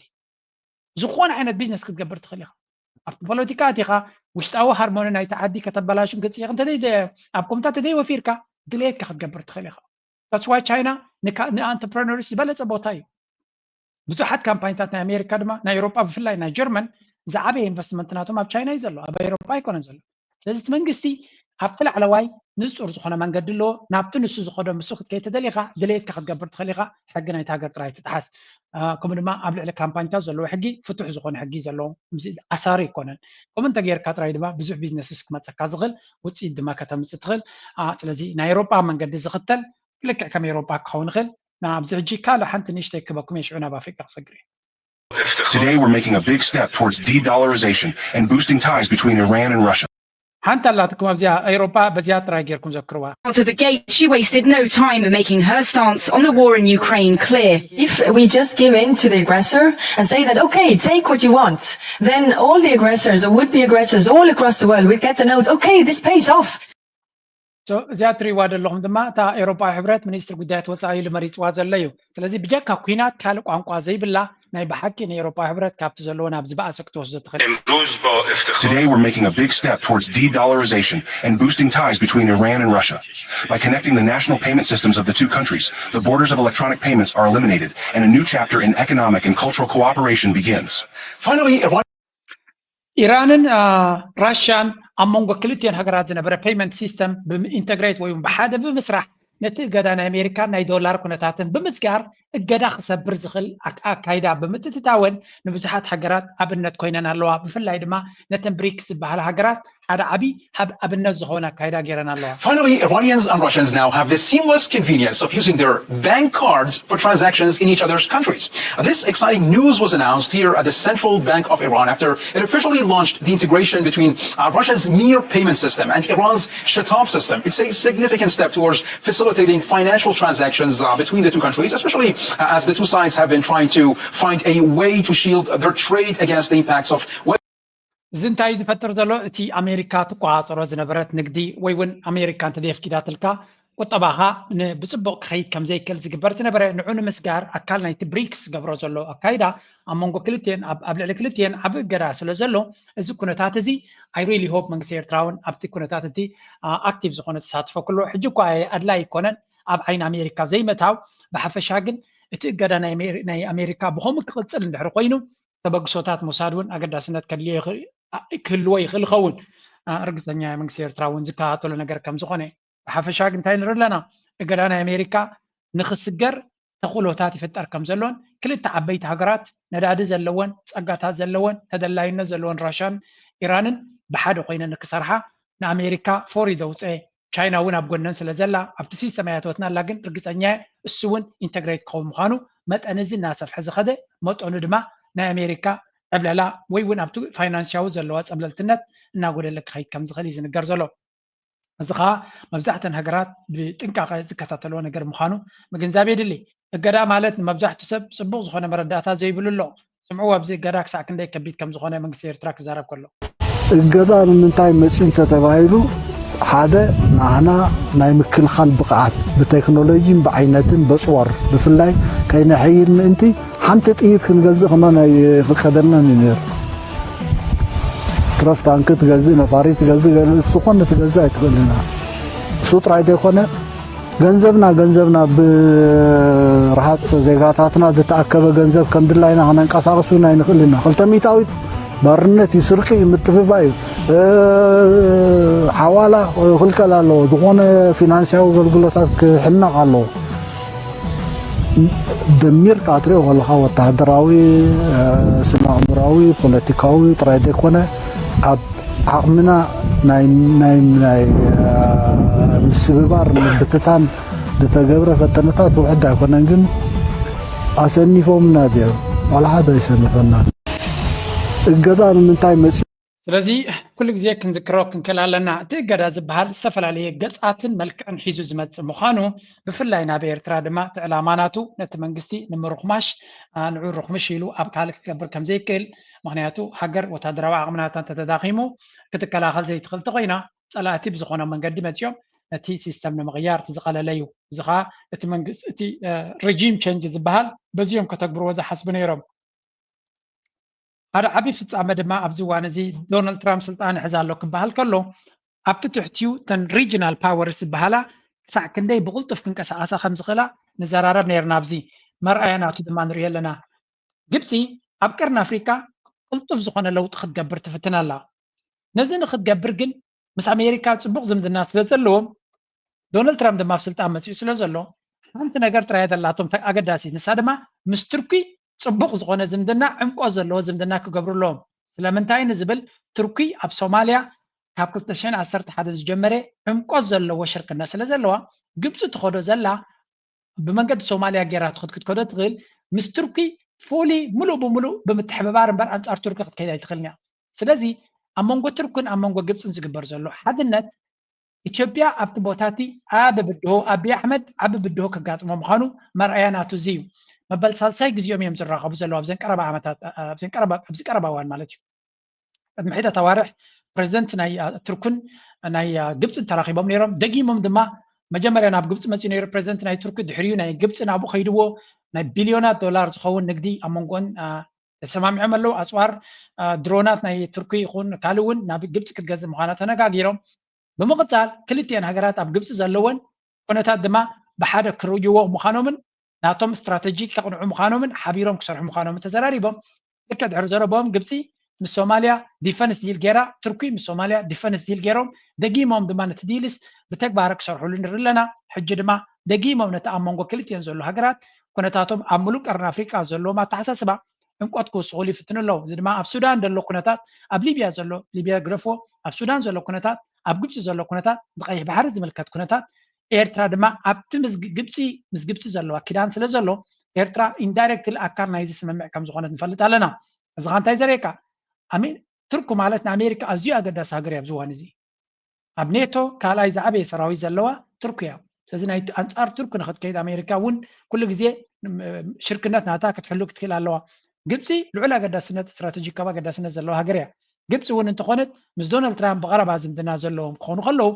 ኣብ ልዕሊኡ ድማ ምስ ቱርክ ዝኽተልዎ ዘለዎ መንገዲ ኣብ ግምት ብምእታው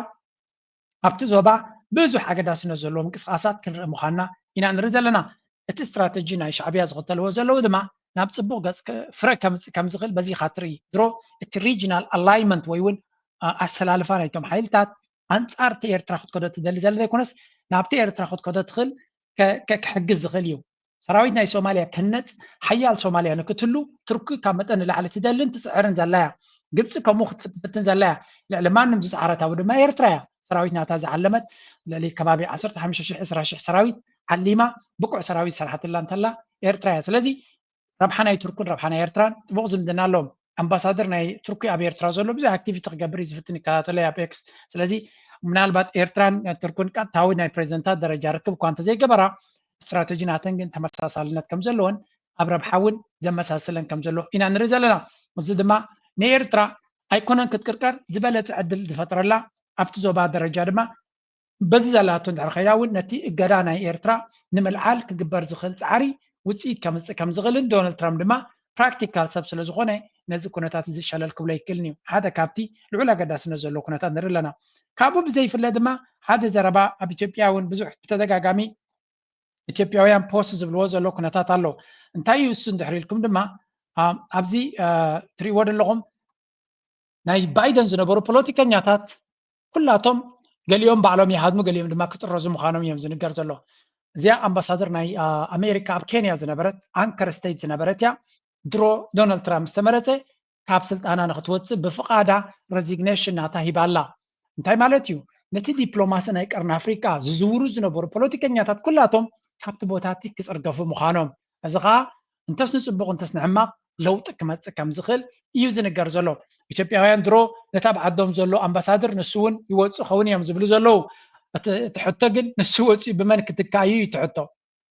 ንሱ ብርግፅ ክወፅእ እዩ ምክንያቱ ናይ ጆ ባይደን ወይ እውን ኣብ ትሕቲ ብሊንከን ዝነበረ ምሕደራ ናይ ኤውሮጳን ኣብ ትሕቲ ሕጂ ክኸውን እዩ ብሊንከን ማለት ንኣብዪ ኣሕመድ ካብ ዝድግፍ ዝነበረ ፓርቲ እዩ ወይ እውን ኣትሊስት ጽቡቕ ዝኾነ ኣካይዳ ዝነበረ እዩ ሕጂ ሚኒስተር ጉዳያት ወፃኢ ክኸውን እዩ ዝበሃል ዘሎ ድማ ነዚ ዝመስል his life and his time on the line in order to defend that. So thank you so much for coming to see me today. Thank you, and I'm here to see the senator who has been the voice of the oppressed, of democracy throughout the world, and I've come here to thank him in the name of all the oppressed, to thank him in my name, in the name of the oppressed in Ethiopia. So, እዚ ንሪኦ ዘለና ማርኮ ሩቢዮ ሚኒስትር ጉዳያት ወፃኢ ናይ ኣሜሪካ ክኸውን እዩ ዝበሃል ዘሎ እዩ ውድኡ ዝኾነ ደሲሽን የለን ክሳብ ሕጂ ግን ንሱ ክኸውን ሚኒስትር ጉዳያት ወፃኢ ዝበሃል ዘሎ ስለዚ ኣብ ትሕቲ እዚ እንድሕር ኮይኑ ምናልባት ኣይነ ኣም ናት ሹር ኮንፈርምድ ኣይኮነን ዘሎ ቀዳማይ ዝርቋሕ ዘሎ ግን ኣብቲ ሚድያ ንሱ እዩ ዘሎ እዚ እንድሕር ኮይኑ ኣብ ትሕቲ መርሕነት ናይዚ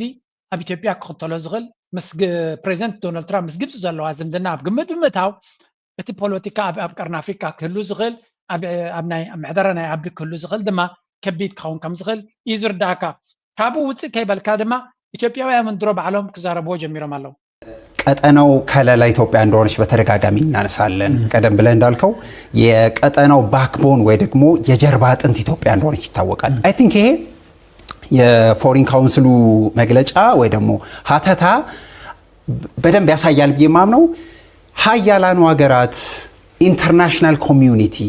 ሶስተኛና ዓለምን እዚህ ጉዳይ ላይ በጣም ጉዳይ ያለኝ የሚሉ ሀገራት አሁን የግብጽም የኤርትራም እዚህ ጉዳይ ላይ ኢንቮልቭ ለማድረግ መሞከር የሶማሊያው አስተዳደር ደግሞ እጅና እግር ያጣ እንቅስቃሴ ያሳስቧቸዋል። ለምሳሌ ሀያላኑ ሀገራት እዚህ ቀጠና ላይ በጣም ትልቅ ኢንትረስት ፍላጎት አላቸው። በተለየ ሁኔታ ከአልሸባብ ጋር ያለው አለመግባባት፣ ሁለተኛና ወሳኙ ነገር ኢኮኖሚክ ኢንትረስት አላቸው። ቀይ ባህር ሴፍ መሆን አለበት። የግብጽ መምጣት ትሪክል ዳውን ኢፌክቱ በጣም ትልቅ እንደሆነ ያውቃሉ። የግብጽ እዚህ ቀጠና ላይ ለመምጣት መሞከር የሐሰን ሼህ ማህሙድ አስተዳደርን በጣም ግራ የገባ ሰንታይም ዝብሉ ዘሎ ኢትዮጵያ በሐፈቻ ኩልቲ ዝብልዎ ዘለው ሓደ ኢትዮጵያ ሰንተር ኦፍ ግራቪቲ ከም ዘይኮነት ርዱ ያብ ዝዋን እዚ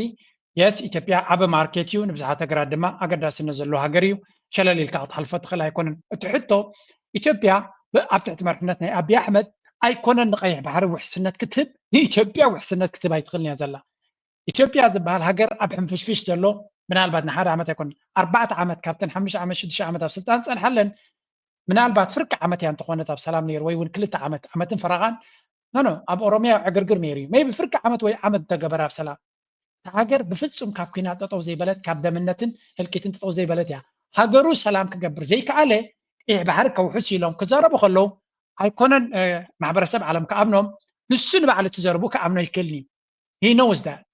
everybody knows that at least ንውሕስነት ናይ ቀርኒ ኣፍሪካ ድዩ ናይ ካልእ ሰላም ከውሕስ ዝኽእል ኣብ ዓዱ ሰላም ከውሕስ ዝኽኣለ እዩ and there is only one ሓደ ሃገር ጥራይ ዘሎ ኣብ ውሽጢ ሃገሩ ሰላምን ርግኣትን ከውሕስ ዝኽኣለ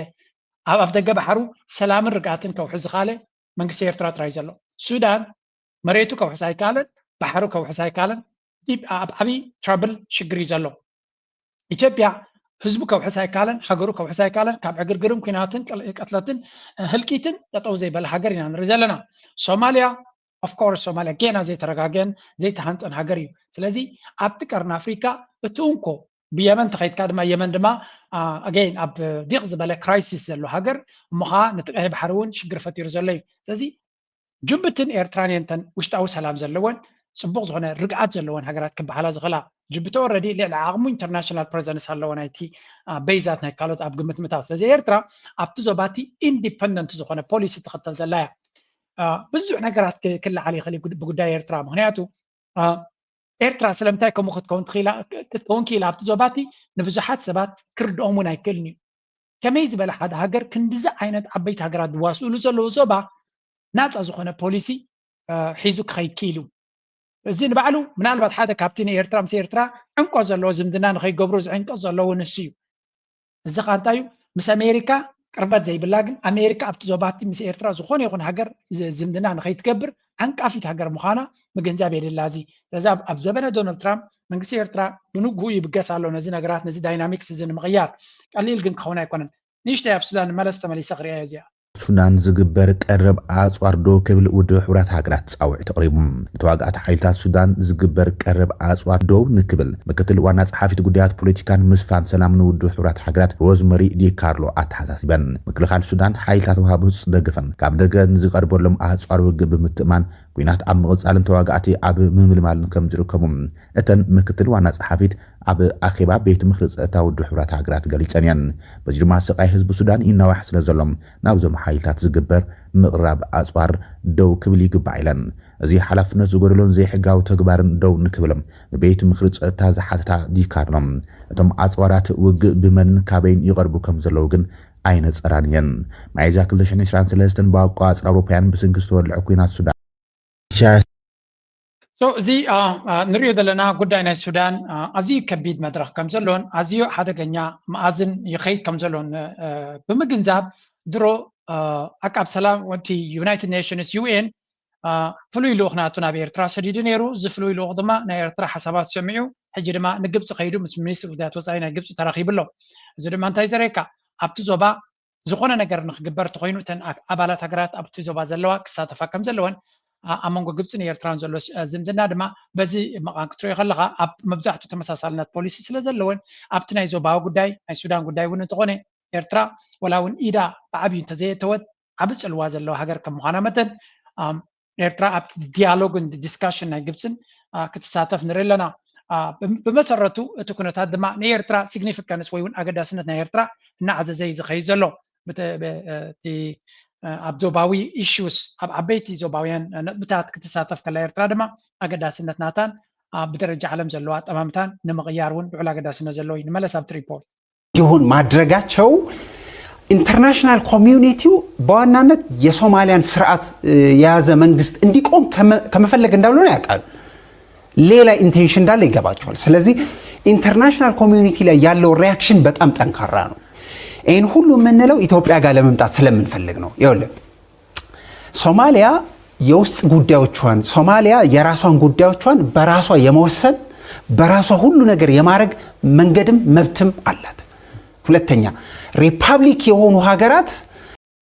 ኣብ ዘውፀ መግለፂ ሰላም ዘይደልዩ ኣካላት ኣብ ቀርና ኣፍሪካ ካልእ ኩናት ንክኽፈት ምንቅስቃስ ጀሚሮም ኣለው ብምባል እንትኸስስ ብኻልእ ወገን ድማ ኣይተ ኢሳያስ ኣፈወርቂ ናይ ካልኦት ሃገራት ዕጡዋት እንኳዕ ደሓን መጻኹም ብምባል ኣብ ምቕባል ይርከቡ ከምቲ ዝፍለጥ መንግስቲ ኤርትራ ኣብ ዝሓለፉ መዓልታት ኣብ ዘርግሖ መግለፂ ኣብ ልዕሊ ኤርትራ ናይ ኩናት ነጋሪት እንዳተሃረመ ከም ዝርከብ እንትገልጽ ዘ ኢኮኖሚስት ኣብ ዘውፀ ሓበሬታ ግን ኣብይ ኣሕመድን ኢሳያስ ኣፈወርቅን ዘርእይዎ ዘሎ ምንቅስቃስ ሓደገኛ ከም ዝኾነ እዩ ኣብ መላኺቱ ዘሎ ብዛዕባ ናይ ኤርትራ ልምዓት ንጎኒ ግዳፍ ብዛዕባ ናይ ካልኦት ሃገራት ውድቀት ንዓመታት ኣብ ምትንታን ዝጸንሐ ስርዓት ኢሳያስ ኣፈወርቂ ናይ ምዕራባውያን ተላእኽቲ ኣብ ቀርና ኣፍሪካ ሰላም ንከይህሉ ዘይገብርዎ ነገር የለን ክብል ዝዛረበ እኳ እንተኾነ ናይ ጎረባብቲ ሃገራት ዘይሕጋውያን ምግባርን ስልጠና ብምሃብን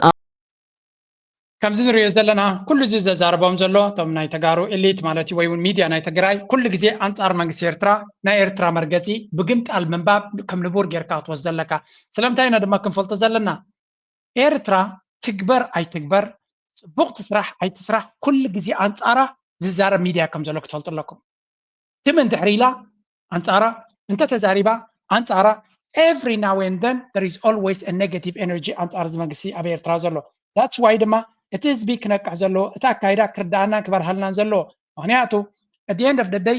እንድሕርሱ ዘይተረዲካ እቲ ኩነታት ከተንብበይ ትኽእልኒ ኢኻ ብወገን ኤርትራ ዝበሃል ዘሎ ድማ እንታይ እዮም ዝብሉ ዘለዉ እዞም ኩሎም ካብ ዕግርግር ናይቲ ዞባ መኽሰብ ዘለዎም ሎቢይስትስ ብክፍሊት ናይ ካልእ ዓለም ዝሰርሑ ዝነበሩ ሰፊሕ ዝኾነ ዘመተ ወይ ዘመቻ ናይ ፕሮፓጋንዳ ኣንጻር ኤርትራ ወይ እውን ኣብቲ ዞባቲ ኩናት ንምውላዕ ዝቕስቅስ ፅሑፋት ኣብ ምዕያይ ስለ ዝርከቡ ኩሉ ሰብ ክዕዘቦ ከም ዘለዎን ኤርትራ ዝኾነ ይኹን ናይ ፖለቲካዊ ወይ እውን ዝኾነ ይኹን ልኡላውነት ናይ ካልኦት ሃገራት ንክደፍር እትወስዶ ስጉምቲ ከም ዘይብላ ነዚ ኩነታት እዚ ግን ትዕዘቦ ከም ዘላ ገሊፆም ነይሮም እቲ ሕቶ ኣብ ውሽጦም ዘለዎ ሽግር ክፈትሑ ስለ ዘይክእሉ ጥራይ እዩ ጦር ሰላማውያን ሰባት ብመጥቃዕቲ ድሮን ከም ዝተቐተሉ ተገሊጸሎም መጥቃዕቲ ድሮን ኣብ ምብራቕ ጎጃም ተፈጺሞም ብውሕዱ 43 ሰባት ተቐቲሎምና ኣለዉ ክብሉም ነበርቲ ገሊፆምሎም ነበርቲ ምብራቕ ጎጃም ብቐንዱ ድማ ከተማ ዝቢሲት ንድምፂ ኣሜሪካ ኣብ ዝሃብዎ ቃል ኣብ ዝሓለፈ ሰሉስ ካብ ሓይልታት መንግስቲ ብዝተተኮሱ ድሮናት ብውሕዱ 43 ሰባት ሞይቶም ብዙሓት ድማ ቆሲሎም ኣለዉ ኢሎም ኣብ ሰሜን ጎጃም ኣብ እትርከብ ኣሳት 10,000 ነባሪ ዝቕመጣ ከተማ ዝቢሲት ኣብ መንጎ ሓይልታት ፋኖን ሰራዊት ፌደራል ቀጥታዊ ምልውዋጥ ተኽሲ ኣይነበረን ይብሎም እንተኾነ ደብዳብ ሄሊኮፕተር ምንባሩም ድምፂ ኣሜሪካ ብስልኪ ዘዘራረቦም ነበርቲ ተኸባቢ ገሊፆም ኣብቲ 5 ሕዳር ዝተኻየደ መጥቃዕቲ ድሮን ኣብ ማእኸል ዕዳጋ ከባቢ ቤት ትምህርትን ማእኸል ሕክምና እንታይ ኢና ንርኢ ዘለና ኣብይ ኣሕመድ ንህዝቡ ብፍላይ ንህዝቢ መሓራ ንፋኖ ይቐትል ኣለኹ እናበለ ብግልባብ ነቲ ህዝቢ ይገርፎ ከም ዘሎን ማሕበረሰብ ዓለም ድማ ፀማምዝ ንሂብዎ ከም ዘሎ ምክንያቱ እንደዚ ዓይነት ኩነታት ዝካየድ ዘሎ ገለ ነገር ክግበረሉ እገዳ ክወርደሉ ወይ ገለ ነገር ትፅበ ኖ ወላ ሓንቲ ኣይገበሩን በንጻሩ ኤርትራ ኣብዚ እዋን እዚ ኣብ ዶባ ንዘሎ ሰራዊት ዝኾነ ይኹን ነገር ንዘይገበረት እገዳ ናቶም ይቕፅል ኣሎ ስለዚ ክሳዕ ክንደይ ካብ ክውንነት ዝረሓቐ ፖለቲካ ከም ዘሎ ክርዳእኩም ክኽእል ኣሎ ኣብ ኢትዮጵያ ኣክቲቭ ዝኾነ ኩናት ቅትለት ኣብ ልዕሊ ሲቪላውያን ብኩሉ መዳይ ይረጋገፅ ኣሎ እገዳ ናይ ኤውሮጳዊ ሕብረት የለ እገዳ ናይ ኣሜሪካ የለ IMF ገንዘብ ይሕግዞ ኣሎ ገለ ይሕግዞ ኣሎ በንጻሩ ኣብ ኤርትራ ንዝኾነ ይኹን ሃገር ምትእትታዊ የብላን መንገዶም ሒዞም ዶቦም ሒዞም ኮፍ ኢሎም ንዘለዎ ግን እገዳ ናይ ኣሜሪካ ናይ ኤውሮጳን ይቕፅል ኣሎ እዚ ነገር እዚ ክበርሃልካ ክኽእል ኣለዎ እንታይ ምዃኑ እቲ ዕላማ ድማ ክሳብ እዚ ነገር እዚ ዘይነፀረልካ ብዛዕባ ኤርትራ ዘለካ ስእሊ ወይ እውን ብዛዕባ ኤርትራ ዘለካ መረዳእታ ትክክለኛ ክኾን ኣይክእልኒ ኣብ ኤርትራ ወሪዱ ዘሎ ኣረኣያ ኤርትራ ብትገብሮ ነገር ዘይኮነሲ ንሳቶም ብዝደልይዎ መንገዲ መንግስቲ ክቕይሩ ስለ ዝደልዩ ረጂም ቼንጅ ስለ ዝኾነ ተሓሳቢ እዩ እገዳን ዕፅዋን ክባን ኣብ ኤርትራ ዝወርዱ ዘሎ እምበር መንግስቲ ኤርትራ ኣብ ካልእ ሃገራት ምትእትታው ስለ ዝገብር ወይ እውን ንዜጋታቱ ፅቡቕ ስለ ዘይገበረ ወይ ገለ ኣይኮነን ተቐዳማይ መሰል ማለት መሰል ናይ ምንባር እዩ ቀዲኹም ኣለኹም ንሰብ ክትቀትሎ የብልካ قدامي زعبي جبن سب مقتالي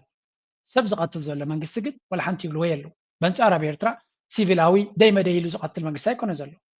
سبينا برالو يس صبتالو شجرالو انترنت كم دليت يبلون ليش كم دليت هيركبني قال ملا كل زي الاستاتات كتبت خليقه سلازي بليو كله يكون عبي وزلو سلازي بلو نخجزك سلازي تفكر دليت جزيت منجست نتزب نخيقرب له عاصي خياس لزلغه اوف كورس يبلون كم تكبلوا صنح مالتي دليتو نخجز كله تي بايتام مكفوت كده فلو تحريك تحميه تخلنا حدا منجست مالتي نحر زغون يكون اكل نمالس ابزي አብይ የሚሰራው የሚያወራው የሚናገረው ነገር ምንድነው ካላችሁ ኑና ልማ ኑንስና የተቀናጀ ልማት ኢንተግሬትድ የሆነ የግብርና ልማት ኢንተግሬትድ የሆነ የኢንዱስትሪ ግድብ ነው የምትሰራው ብሎ ሲል መብራት ነው ኢንዱስትሪ ነው ንግድ ነው ማለት ነው። ይሄንን ሰርተን እንዳፈረስ ነው ከዚህ ቀደም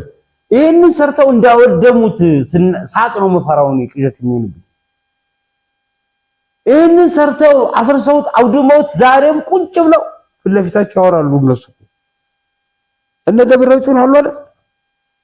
እነ ጻርቃን አሉ አይደል ወያኔ የሚባሉት አሉ አይደል እነሱ ናቸው አወድሙት ወይ እንታይ ዝብል ዘሎ ሓንቲ ካብታ ዘረቡ ክንርዳእ ንኽእል 26 ዓመት ህወሓት ኣብ ስልጣን ኮፍ ኢሉ ቀሎ ብዙሕ ነገር ሃኒፁ ነይሩ ክትብል ትኽእል ኢኻ ኣብ ትግራይ ተሃኒፁ ዝነበረ ትሕተቅርፂ ወይ እውን ዝኾነ ይኹን መንገዲ ዝተሃንፀ ኩናት ምስ ኣጋጠመ እንታይ ኮይኑ ብዙሕ ትሕተቅርፂ ንሱ ክዓኑ ክቃፀል ክበላሾ ወይ እውን ክባድም ክኢሉ ታዘረባናቱ ኣብ ኣምሓራ ዝነበረ ትሕተቅርፂ ቀፃሊ በቲ ዝግበር ዘሎ ድሮናት ድዩ መጥቃዕቲ ድዩ ኩናት ይባድም ኣሎ ሕጂ እውን እዚ ተሃኒፁ ዘሎ ትሕተቅርፂ ሰላምን ርግኣትን ክሳብ ዘይወሓስካ ሓደ መዓልቲ ብዝኾነ ይኹን ክፍጠር ዝኽእል ሓይሊ ክባድም ከም ዝኽእል ህንፀት ፅቡቕ እዩ ትሕተቅርፂ ፅቡቕ እዩ ልምዓት ፅቡቕ እዩ መጀመርያ ክትገብሮ ዘለካ ግን እቲ ሃገራዊ ሰላምን ርግኣትን ኣብቲ ሃገር ከተውሕዝ ክትክእል ኣለካ ሰራዊት ኮይኑ ዶባት ናይቲ ሃገር ዝሕሉ እምበር ኣብ ውሽጢ ሃገር ክኸውን የብሉን ትውግእ እቲ ፀገም ናይ ሎሚ ዘበነ ሶሻል ሚድያ ኢቨን ከም ኣምሓራ ዝመሰለ ፋኖ ንህዝቢ ኣምሓራ ሓራ ከውፅእ ኢሉ ዝኸይድ ዘሎ ኣብ ውሽጦም ዘሎ ፀገም ግን ብፍላይ እቲ ናይ ኢንተርኔት ቃልሲ እንታይ ከም ዝመስል ራእዩ እዚ ሸዋ ፋኖ መግለጫ አውጥቷል። መግለጫውን በጣም ቅጥ ያጣ በጣም የወረደ ስብዕናቸውን የሚነካ እነሱን ተራ የሚያደርግ ንግግር በአጠቃላይ ስለተነገረ መግለጫ አውጥተዋል። በሚዲያ ባለሙያዎችና በውጭ ሀገር የሚኖሩ የአማራ ዲያስፖራ የተደረገ እንዲያስተካክሉ የተደረገ ጥሪ አስቀድሞ የነበረ የአንዳንድ ሚዲያዎች ጥንካሬ ወደ አክሳሪነት የተቀየረበት ሁኔታ እየታየ ነው። የሚዲያ መጠላለፍ፣ የተመልካች ብዛትና ከዚህ ከሚመጣ ገቢ መቀናናት እንታዩ አጋጢሙ ዘሎ እቲ ፋኖ ዝበሃል ወላ እኳ ኣቢ ሓያል ዝኾነ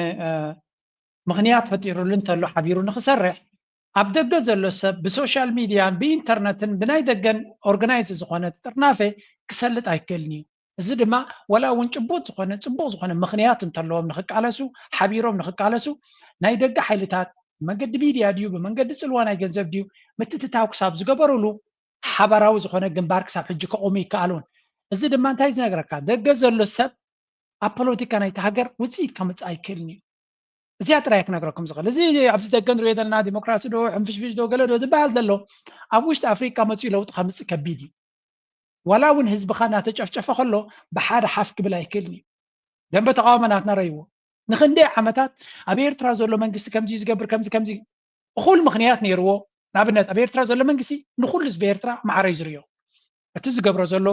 ኩሉ ዓይነት ንኣብነት ኤሌክትሪክ ተዘየላ መስመረ ጥራይ ኣይኮነ ዘየለ ኤሌክትሪክ ኣብ ኩሉ ኤርትራ የለን። እቲ ሽግራት ዘሎ ኣብ ሙሉእ ኤርትራ እዩ ዘሎ። ሳዋ ዝኸይድ ኣገልግሎት ዝኸይድ ኣብ ነቕፋ ኣሎ፣ ኣብ ዓሰብ ኣሎ፣ ኣብ ኩሉ ዘሎ ቦታ እዩ ኣገልግሎት ዝኸይድ ዘሎ። ስለዚ ነቲ መንግስቲ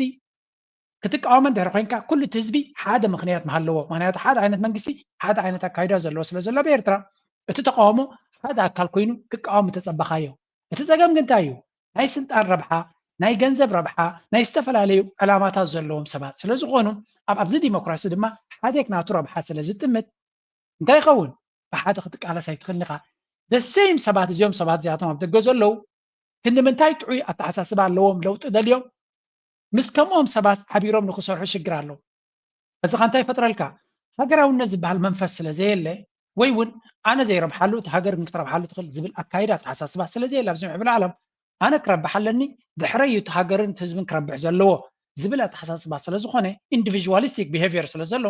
ኣነ እናረባሕኩ ድሕረየ ነቲ ካልእ ሰብ ከርብሖ ዝኽእል ዝብል ስለ ዝኾነ እቲ ካልእ ሰብካ ክስዕበ ኣይክእልን እዩ። ብከምዚ ኣተሓሳስባ ድማ ሕብረተሰብ ህዝቢ ኣብ ድሕሪኻ ወጊንካ ቃልሲ ንክትገብር ወላ እውን ቅቡል ዝኾነ ምክንያት ተለካ ከቢድ እዩ ዝኸውን እቶም ኣብ ሳሕል ዝነበሩ ኣብ ቃልሲ ዝነበሩ ብዙሕ ዋጋ እናኸፈሉ ድሌታቶም ጎስዮም ክሳብ መስዋዕቲ ድልውነት ስለ ዝነበሮም እዮም ለውጢ ገይሮም ከምኡ ክገብር ድልውነት ዘለዎ ኣብዚ ምዕራባዊ ዓለም ኮፍ ኢሉ ዘሎ ሰብ የለን በርገር እናበልዐ ስፓጌቱ እናበልዐ ቴሌቪዥን እናረአየ ኢንተርኔቱ እናተጠቀመ ላፕቶፕ እናገዘ ገለመለ ምቾቱ ስድሩ እናዓለየ እዩ ክቃለስ ዝደሊ ብከምዚ መንገዲ ድማ ክስዕበካ ዝደሊ መስዋዕቲ ክኸፍለልካ ዝደሊ ሰብ የለን ዳትስ ዋይ ድማ ለውጢ ከምፅኡ ድልዋት ዘይኮኑ ንኣብነት እዚ ኩሉ ደም ተቃውሞ እምኒ ዝድርቢ ዝነበረ ንሕና ክንቃለስ ድልዋት ኢና ይብሉ ነይሮም ሕጂ ኢትዮጵያ ንዑተው ኣቢ ምስ በሎም ግን ዝኸይድ የለን እንታይ እዮም ኢሎም ዜጋታትና ውሕስነት ክትሓዘሎም ኣለዎ ሴኪሪቲ ክግበረሎም ኣለዎ ማስ ኮንሰርት ክስዕስዕ ትኸይድ ኣለኻ ክትቃለስ ትኸይድ ኣለኻ ዕድል ተኸፊትልካ ክትከይድ ኣለካ ከይተኸፍተልካ ድማ ዕድል ክትከፍት ክትክእል ኣለካ ብሓፈሻ እቲ ደገ ዘሎ ነዚ ናይ ፋኖ ንሪኦ ኣለና ፋኖ ህዝቦም ብጣዕሚ ህዝቢ ማሕራ ይብደል ከም ዘሎ ግን እቲ ኣብ ደገ ዘሎ ኣክቲቪስት ድዩ ሚድያ ድዩ ገለ ሕንፍሽፍሽ እምበር ርግኣትን ሓድነትን ብሓደ ምስራሕን ክፈጥር ኣይክእልን እዩ ካብዚ ብዘይተፈልየ ምክንያት ድማ ሞት ናይ ህወሓት ንክንደይ ለኪማ ኣላ ኣብ ዝስምዑ The voice of hope lives hidden away in a tiny Paris apartment. These are the headquarters of Radio Arena, the last independent Eritrean media still broadcasting. After 15 years of providing trustworthy and independent reporting to people in one of the world's most repressive countries, the radio station risks going off air for lack of funding. In Eritrea in 2000, the radio ሬድዮ ኤረና ዝበሃል እዚ ካምፔይን ዝገብርዎ ዘለዎ እዩ ፋንዲንግ ወይ እውን ባጀት እቲ ንዖም ፋንድ ዝገብር ዝነበረ ነቲ ፋንዲንግ ጠጠው ከብሎ ስለ ዝኾነ እቲ ሬድዮ ጠጠው ክብል ከም ዝኽእል ኢና ንነግር ዘለና እዮም ዝሕብሩ ዘለዉ ስለዚ ፋንዲንግ ንክረኽቡ እዮም ዝልምኑ ዘለዉ እዚ ነገር እዚ ብተደጋጋሚ ክንሪኦ ክንፍትን ኢና ክንሪኦ ክንጅምር ኢና ሕጂ ኤሮፓ ቁጠባ ናቶም እናወረደ ስለዚ ከይ ዘሎ ኣብ ናይ ካልኦት ሃገራት ዝገብርዎ ዝነበሩ ገንዘብ የማንን ፀጋምን ዝድርበ ዝነበረ ገንዘብ ክህሉ ይኮነን ኩሉ እዚ ዓይነት ኣካይዳ ፖለቲካዊ ለውጢ ንክትገብር ድዩ ንካልእ ሲስተማት ንምቕያር ድዩ ነታ ሃገር ኣብ ዘይርብሕ ነገራት ደውፅዎ ዝነበረ ገንዘብ ኩሉና ነቐልፀ ይክኸይድ እዚ ኸ እንታይ ክፈጥር እዩ ኩሉ እዚ ሕንፍሽፍሽ ምትትታው ዝነበረ ኣብ ካልኦት ሃገራት እቲ ዒላና ነቐፀ ስለትኸይድ ደላ ቁጠባ ናይ ኤሮፓ ፅቡቅ ስለዘየለ ኣሜሪካ ድማ ኣሜሪካ ፈረስ ስለዝኾነ ዶናልድ ትራምፕ ኣብ ከምዚ ዓይነት ዘውፅኦ ዝነበረ ገንዘብ ኩሉ ጠጠው ከብሎ እዩ 2 ትሪልዮን ባጀት ናይ ኣሜሪካ ከነጉድል ኢና እንድሕር ኢሉ ኢሎን ማስክ መጀመርያ ጠጠው ዘብሎ እንታይ እዩ እዚ ሬድዮታትን እዚ ገለመለን እዩ ምክንያቱ ንኣሜሪካውያን ቀጥታ ረብሓ ስለ ዘይብሉ በዚ ምክንያት ድማ እዛ ኩላ ኣንፃር ኤርትራ ትፅሕፍ ዝነበረት ወይ እውን ብዝተፈላለየ መንገዲ ፋንዲ እናረኸበት ሳተላይታትን ገለታትን ወሊዓ ዝነበረት ክትርእይዎ ኢኹም ምስ ግዜ ቀስ ብቐስ ኩሉ ናቃሃመ ክኸይድ እዩ ብትክክል ብባጀቱ ዝኸይድ ዝነበረ ክቕፅል እዩ እንተቲ ብካልኦት ብየማንን ፀጋምን ረብሓታት ዝረክብ ዝነበረ ዒላታት ናቱ እናነቐፀ ክኸይድ ከሎ እናነቐፀ ኩሉ እቲ ዘረባን ተዓጀብጀውን ድማ ጠጠው እናበለ ክኸይድ እዩ station risks going off air for lack of funding. in Eritrea in 2001, Eritrean government decided to close all the media, private media. So at some point,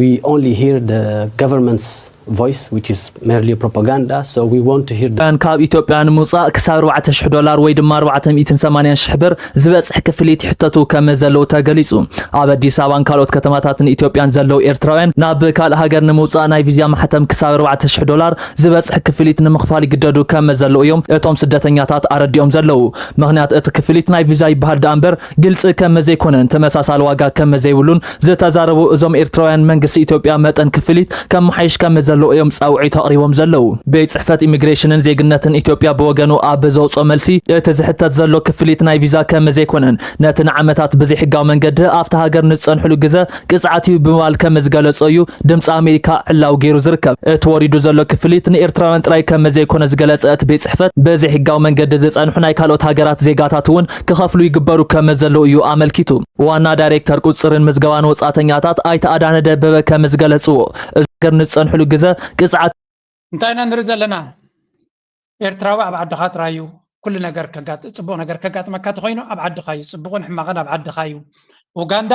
ገለ ክትገብር ትኽእል እያ ዝብል ወረ ትሰምዕ ኢትዮጵያ ከምዚ ትገብራላ ሱዳን ትመልሳላ ከምዚ ትገብራላ ኣብ ስዑድያ ጽቡቕ የለውን ኣብ ኤሮፓ ክጥረዙ እዮም ኣሜሪካ ድማ ዶባ ክትዓፅያ ኩሉ ንስደት ዘበለ ኩሉ ሕማቕ እዩ ጽቡቕ ዝበሃል የለን ስለዚ ዝከኣለካ ትጽቡቕ ነገር ኣብ ዓድኻ ድለዮ እዚኣ ጥራይ ታለበዋናቶም ኢትዮጵያ ብፍሉይ ንዓኻ ከተፍቅረካ ትኽእል እያ ንህዝባ ረመፅ ኮይና እንተላ ንዓኻ ንኤርትራዊ ብፍሉይ ኡፍኡፍ ክትብለልካ ይትኽእልና ኣብ ዘበን ውራውራ ነፍስኻ ይትዕብራ እዩ ኩሉ ሰብ ኣብ ገዘ ሕንፍሽፍሽ ረብሓናቱ እዩ መናብሮ ኣዝዩ ክቡር ስለ ዘሎ ንዓኻ ግዳይ ክገብር ክፍትን እዩ እስከዚያ ስምዕዋ أب حد زخلو خزارونا دو على أننا من قد سلة لنا تاريخي من قد تاسلة قبل سلة حسب عينك أنا تدير خبين بس حكا اقرأ أنا تدير كيف كبين مخدكم كلهم لنا تمالهم أما ده أتاكم ترجمون وتيتهم من أزيو هدي زم سلسة روحتها كم زع مثلا زمدنا متسارس لزلهم كأيو مسرح قطع ولمعت أزي زحل زقم تاون زوزح وانون وتيتو زعوت زي رجوع زخون تمرتن إندسترين تحت أرضن منهم يقدم زمت منهم كان من يشعبوا زي قدس تحدى تخلاي ما نساساي هذا دحر هذا الناس حاو المسرح قطع ولمعت نقد مش دفو روحتاتهم هذا زم سلسة جم أي ناس أصولين كم زي بتغشان نقولهم سلسة خون حد خوني تحت أرض زارو كلها زعت مرت زارو كم دل خاطر حوسته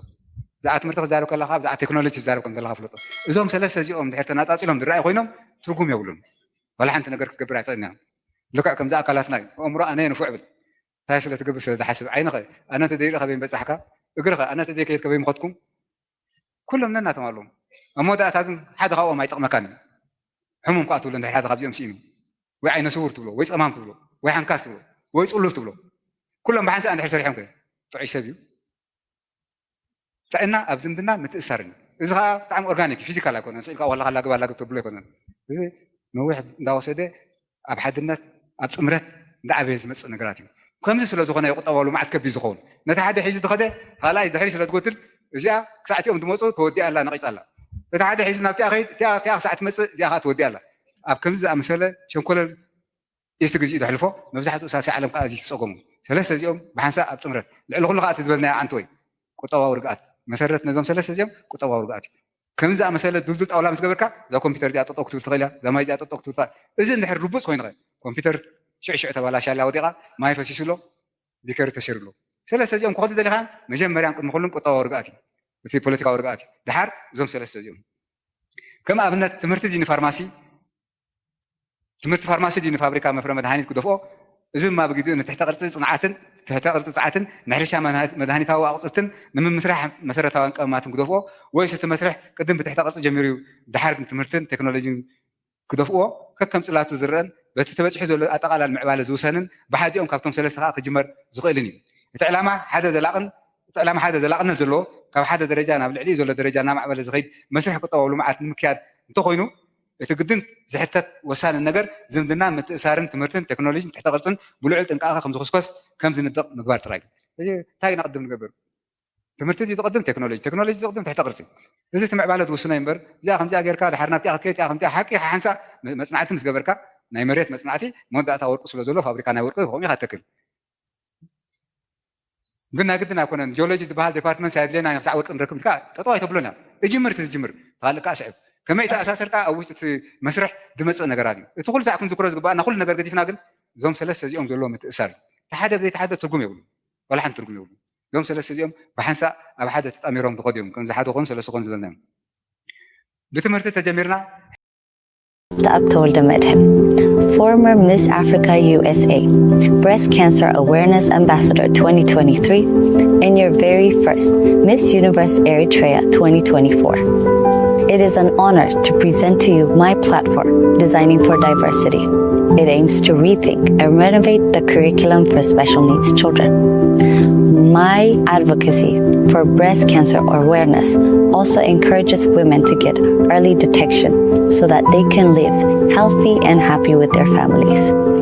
These two projects that I advocate for are very close to my heart because of my younger sister who has Down syndrome and has struggled in the education system, and also because of my late mother who was a victim to breast cancer. The impact I aim to achieve with these projects, especially Designing for Diversity, is not only to have our younger children with special needs thrive in the education system, but also for their peers to learn how to accommodate the differences of differently. سنيت متشم بوشتن بدقنيا نفعتن صبغتن زيادة ولد الأدماء كينوتي نصباقي إلى نوددر كيدا توزلا عبيت حسابات زلوا ما يبحق دما لو تكمل تزخل بروجكت زلوا صغيركا نسلا بروجكت دي كونسي كابل بازمان جوي نايتوب كانسر ولاديتا زغود احمام سلو زغونه دك انستيو افلطوناتن ابز نجر زنك عبي ناي بحق كاوشت ازبغس መንፈስ ከም ዘለዋን ወይ እውን ሞቲቬሽን ካብ ውሽጣ ዝብገስ ምኽንያት ከም ዘለዋ ከምኡ ድማ እቶም ብተፈጥሮ ካብ ኣምላኽ ጽቡቕ ብድሆታት ናይ ህይወት ዘጋጠሞም እዚ ዳውን ሲንድሮም ዝበሃል ደቂ ሰባት ኣብቲ ትምህርቲ ወይ እውን ሓንጎሎም ብትክክል ኣብቲ ምስቲ ዕድሚኦም ክምዕብል ንዘይክእል ንዓታቶም ኣብቲ ቤት ትምህርትታት ብፍሉይ ሓገዝ ክረኽብሉ ዝኽእሉ ኣብ ሕብረተሰብና ድማ ወላ እውን ሳሕቲ ዘጋጥም እንተኾነ እቶም ዘጋጥሞም ሰባት ስለ ዝኾኑ ንዓታቶም መጀመርያ ኩነታቶም ንምርዳእ ልዕሊኦም ድማ ሓገዝ ንኽረኽቡ እቲ ናታ ፕሮጀክት ስለዚ ነዛ ጓል እዚኣ ዝሓገዝናዮ ወይ እውን ነዚ ሓግዝ ዝበልና ጽቡቕቲ ስለ ዝኾነት ዓለም ክመርፅዋ ደይኮነሲ ዓበይቲ ሓሳባት ለውጢ ክገብሩ ኣብ ሕብረተሰብ ዝኽእሉ ሓሳባት ስለ ዘለዋ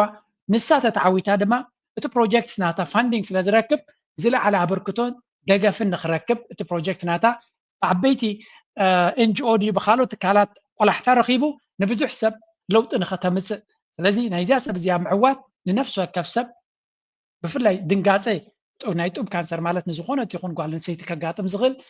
ገለ ካብቶም ዝኸፍኡ ደረጃታት ወይ እውን ዝኸበዱ ደረጃታት ናይ ካንሰር ስለ ዝኾኑ መጀመርያ ደቂ ኣንስትዮ ንቕሓት ክህልወን ብዛዕባ እንታይ ክገብራ ኣለዋ ቆላሕታ ንክግበረለን ካምፔይን ንምግባር ኣፍልጦ ጥንቃቐ ንምግባር ዝሕግዝ ስለ ዝኾነ ነዛ ሰብ እዚኣ ዝሓገዝናዮ ኩሉ ትክክለኛ ሓገዝ ኮይኑ ይስማዓኒ abled individuals in the workforces. Studies show that exposure to individuals with special needs increase positivity and peace-promoting attitude in our communities. Thank you for giving me this opportunity to present to you my platform, Designing for Diversity. Struggled in the education. I'm pretty sure tinata case ናይ ብሓቂ excellent ዝኾነ presentation ከም ዝገበረትን fake ስለ ዘይኮነት ሓሳብ ናታ ካብ ልባ ዝመንጨወ ምኽንያት ፓሽን ዘለዋ ጉዳይ ካ ስለ ዝኾነ ካብ ገጻ ክትሪዮ ትኽእል ነዚ ፕሮጀክት እዚ ድማ ወላ ጽባቐያ ተሎ እቲ ፕሮጀክት ናታ ልዑል ኣበርክቶ ክህልዎ ከም ዝኽእልን and I'm pretty sure ብዙሓት ሰባት ክድግፍዎ ከም ዝኽእሉ ስለዚ ክልተ ቪድዮታት ናታ ቀሪበ ነይራ ብዝውን ሰላም ኩልኩም ከመይ ኣምሲኹም Thank you so much. ክብለኩም ደሊ በዛ ኣጋጣሚ CI Talk fan votes number 1 ስለ ዝቐነና CI Talk number 1 votes ምዃን ማለት እዛ ቪድዮ ምስ ረኣኹኻ ከም ብለናይ መጠን ንባህለይ ዘንፀባርቕ ኣከዳድናን ኣቀራርባን ስለ ዝረኣኹላ ናይ ብሓቂ ደስ ዝበለኒ ኩነታት እውን እዩ ነይሩ ስለዚ ናይ ዝተፈላለዩ እዛ ኣከዳድና ንሪኦ ፀናሕና ናይ ብሌን ጥራይ ኣይኮነ ናይ ዝተፈላለዩ ብሄራት ናይ ኤርትራ እዩ ከምኡውን ናይ ትግርኛ ሞደርን ባህላውን ዘመናውን ቅዲ ክትሕዝ ትኽእል ናይ ብሓቂ ኤሌገንት ዝኾነት መንእሰይ ስለ ዝኾነት እዛ ሰብ እዚኣ ትርሓሰና ተዓዊታ ክትወፅእ ትኽእል ኮይና ትስምዓኒ ናብቲ ንሳ ትኸዶ ዘላ መንገዲ ድማ ኩላትና ብዝከኣለና መንገዲ ክንሕግዛን ክነተባብዓን ደጊመ ደጋጊመ የተሓሳስብ ናታ ዓወት ድማ ንዓና እውን ዓወት ስለ ዝኾነ ብዙሕ ዘረባን ምኽርን ዘድልያ ይመስለንን ድሮ ህዝቢ ኤርትራ ስምብራት ናቱ ኣርእዩሎ ወይ እውን ፅልዋ ናቱ ኣርእዩሎ ካምቦድያ ዝበሃሉ ሃገር ቶም ምሳና ዝቀናቐኑ ዝነበሩ 16 ሚልዮን ህዝቢ ዘለዎም እዮም ስለዚ 3.5 ሚልዮን ኣብ ኢንተርነት ብዛዕባ ኤርትራ ካበይ መፅኡ ዝብል ክሳብ ሕጂ ሓድሽ ዓውዲ ኣብቲ ዓዶም ተኸፊትሎም ከም ዘሎ ንመርመራን ንመፅናዕትን ህዝቢ ኤርትራ ግን ከም ዋሕዱ ዝርእይዎ ኩሉ ግዜ ሓደጋ እዩ ዝወጥቀም ጎረቤትና 10 ግዜ ዝጋገይዋ ሳያ ጀነራል ስብሓት ኣብ ገለ ዘረቡ ሓደ ን10 እንተኾነ ከንታይ ትብሎ ሓደ ን50 ዝገብር እንተኾነ ከንታይ ትብሎ ብምባል ዝገልጾ እዩ ሕጂ እውን ንኻልኦት ዓለማት እውን ዘገርም ኣብ ሞዴሊንግ ኣብ ውድድር ናይ ብሽክሌታ ኣብ ካልእ ስፖርት ኣብ ኩዕሶ እግሪ እውን ሓደ መበቆል ኤርትራዊ ዘለዎ ወይ እውን ኤርትራዊ ዝኾነ ኣሌክሳንደር ይስሐቅ ፕሪምየር ሊግ ጫቁጫቅ የብል ኣሎ ስለዚ ኤርትራውያን ኣብ ዝመፅዎ ውፅኢታዊ ስራሕ ምስ መፁ ድማ ናይ ብሓቂ ንላዕሊ ዝኸዱ ህዝቦም ድማ ኩሉ ግዜ ዝድግፎም መንእሰያት ስለ ዝኾኑ ፍሉይነት ናትና መመሊሱ እናደመቐ ይኸይድ ኣሎ ንሕና ድማ ነቶም ናትና ናብ ዝኾነ ይኹን ኤርትራ ከስሚ ዝብገሱ ኣጆኻ ምባል ንቅድሚት ምድፋዕ ናይ ኩልና ስራሕ እዩ ምክንያቱ ኣብቲ ላዕሊ ምስ ደየቡ ንዓና እውን ክብሪ ስለ ዘውህቡና ተፈላጥነት ስለ ዘውህቡና ሕብረተሰብና ንኽፍለጥ ድማ ኣስተዋፅኦ ስለ ዝገብሩ ሃገርና ንኽትፍለጥ ህዝብና ንኽፍለጥ ኣስተዋፅኦ ስለ ዘለዎም ናይ ሎሚ ኣርእስቲ ምዝያ ድምቕቲ ዝኾነት ሓፍትና ገዲፈልኩም ኣለኹ ወለዳ ነዚያ ሰብ እዚኣ ከምዚያ ክትከውን ዝገበረልኩምልና ካብ ልቢ ነመስግነኩም ተሪፍኩም ዘለኹም መንእሰያት ድማ ኣርኣያ ናይ ስኒት ተኸቲልኩም ኣብ ዝለዓለ ደረጃ ናይ ዓለም ከተብፅሑልና ካብ ልቢ ይምሕፀን ላይክ ምግባር ሰፖርት ምግባር ደገፍ መሃብ ናይ ኩልና ስራሕ እዩ ምዝያ ብልእሲ ደርፊ ክገድፈኩም ቅርጥዊላ ኩይት በለት መስመስ ዝብል ፍጹም ዘይተበከለት መንሞላ ከማኺ ዓይነት ማዕረ ኣፋሉ ዝመልአት ካብ ጫፍ ናብ ጫፍ ካብቶም ዘይተተንከፈት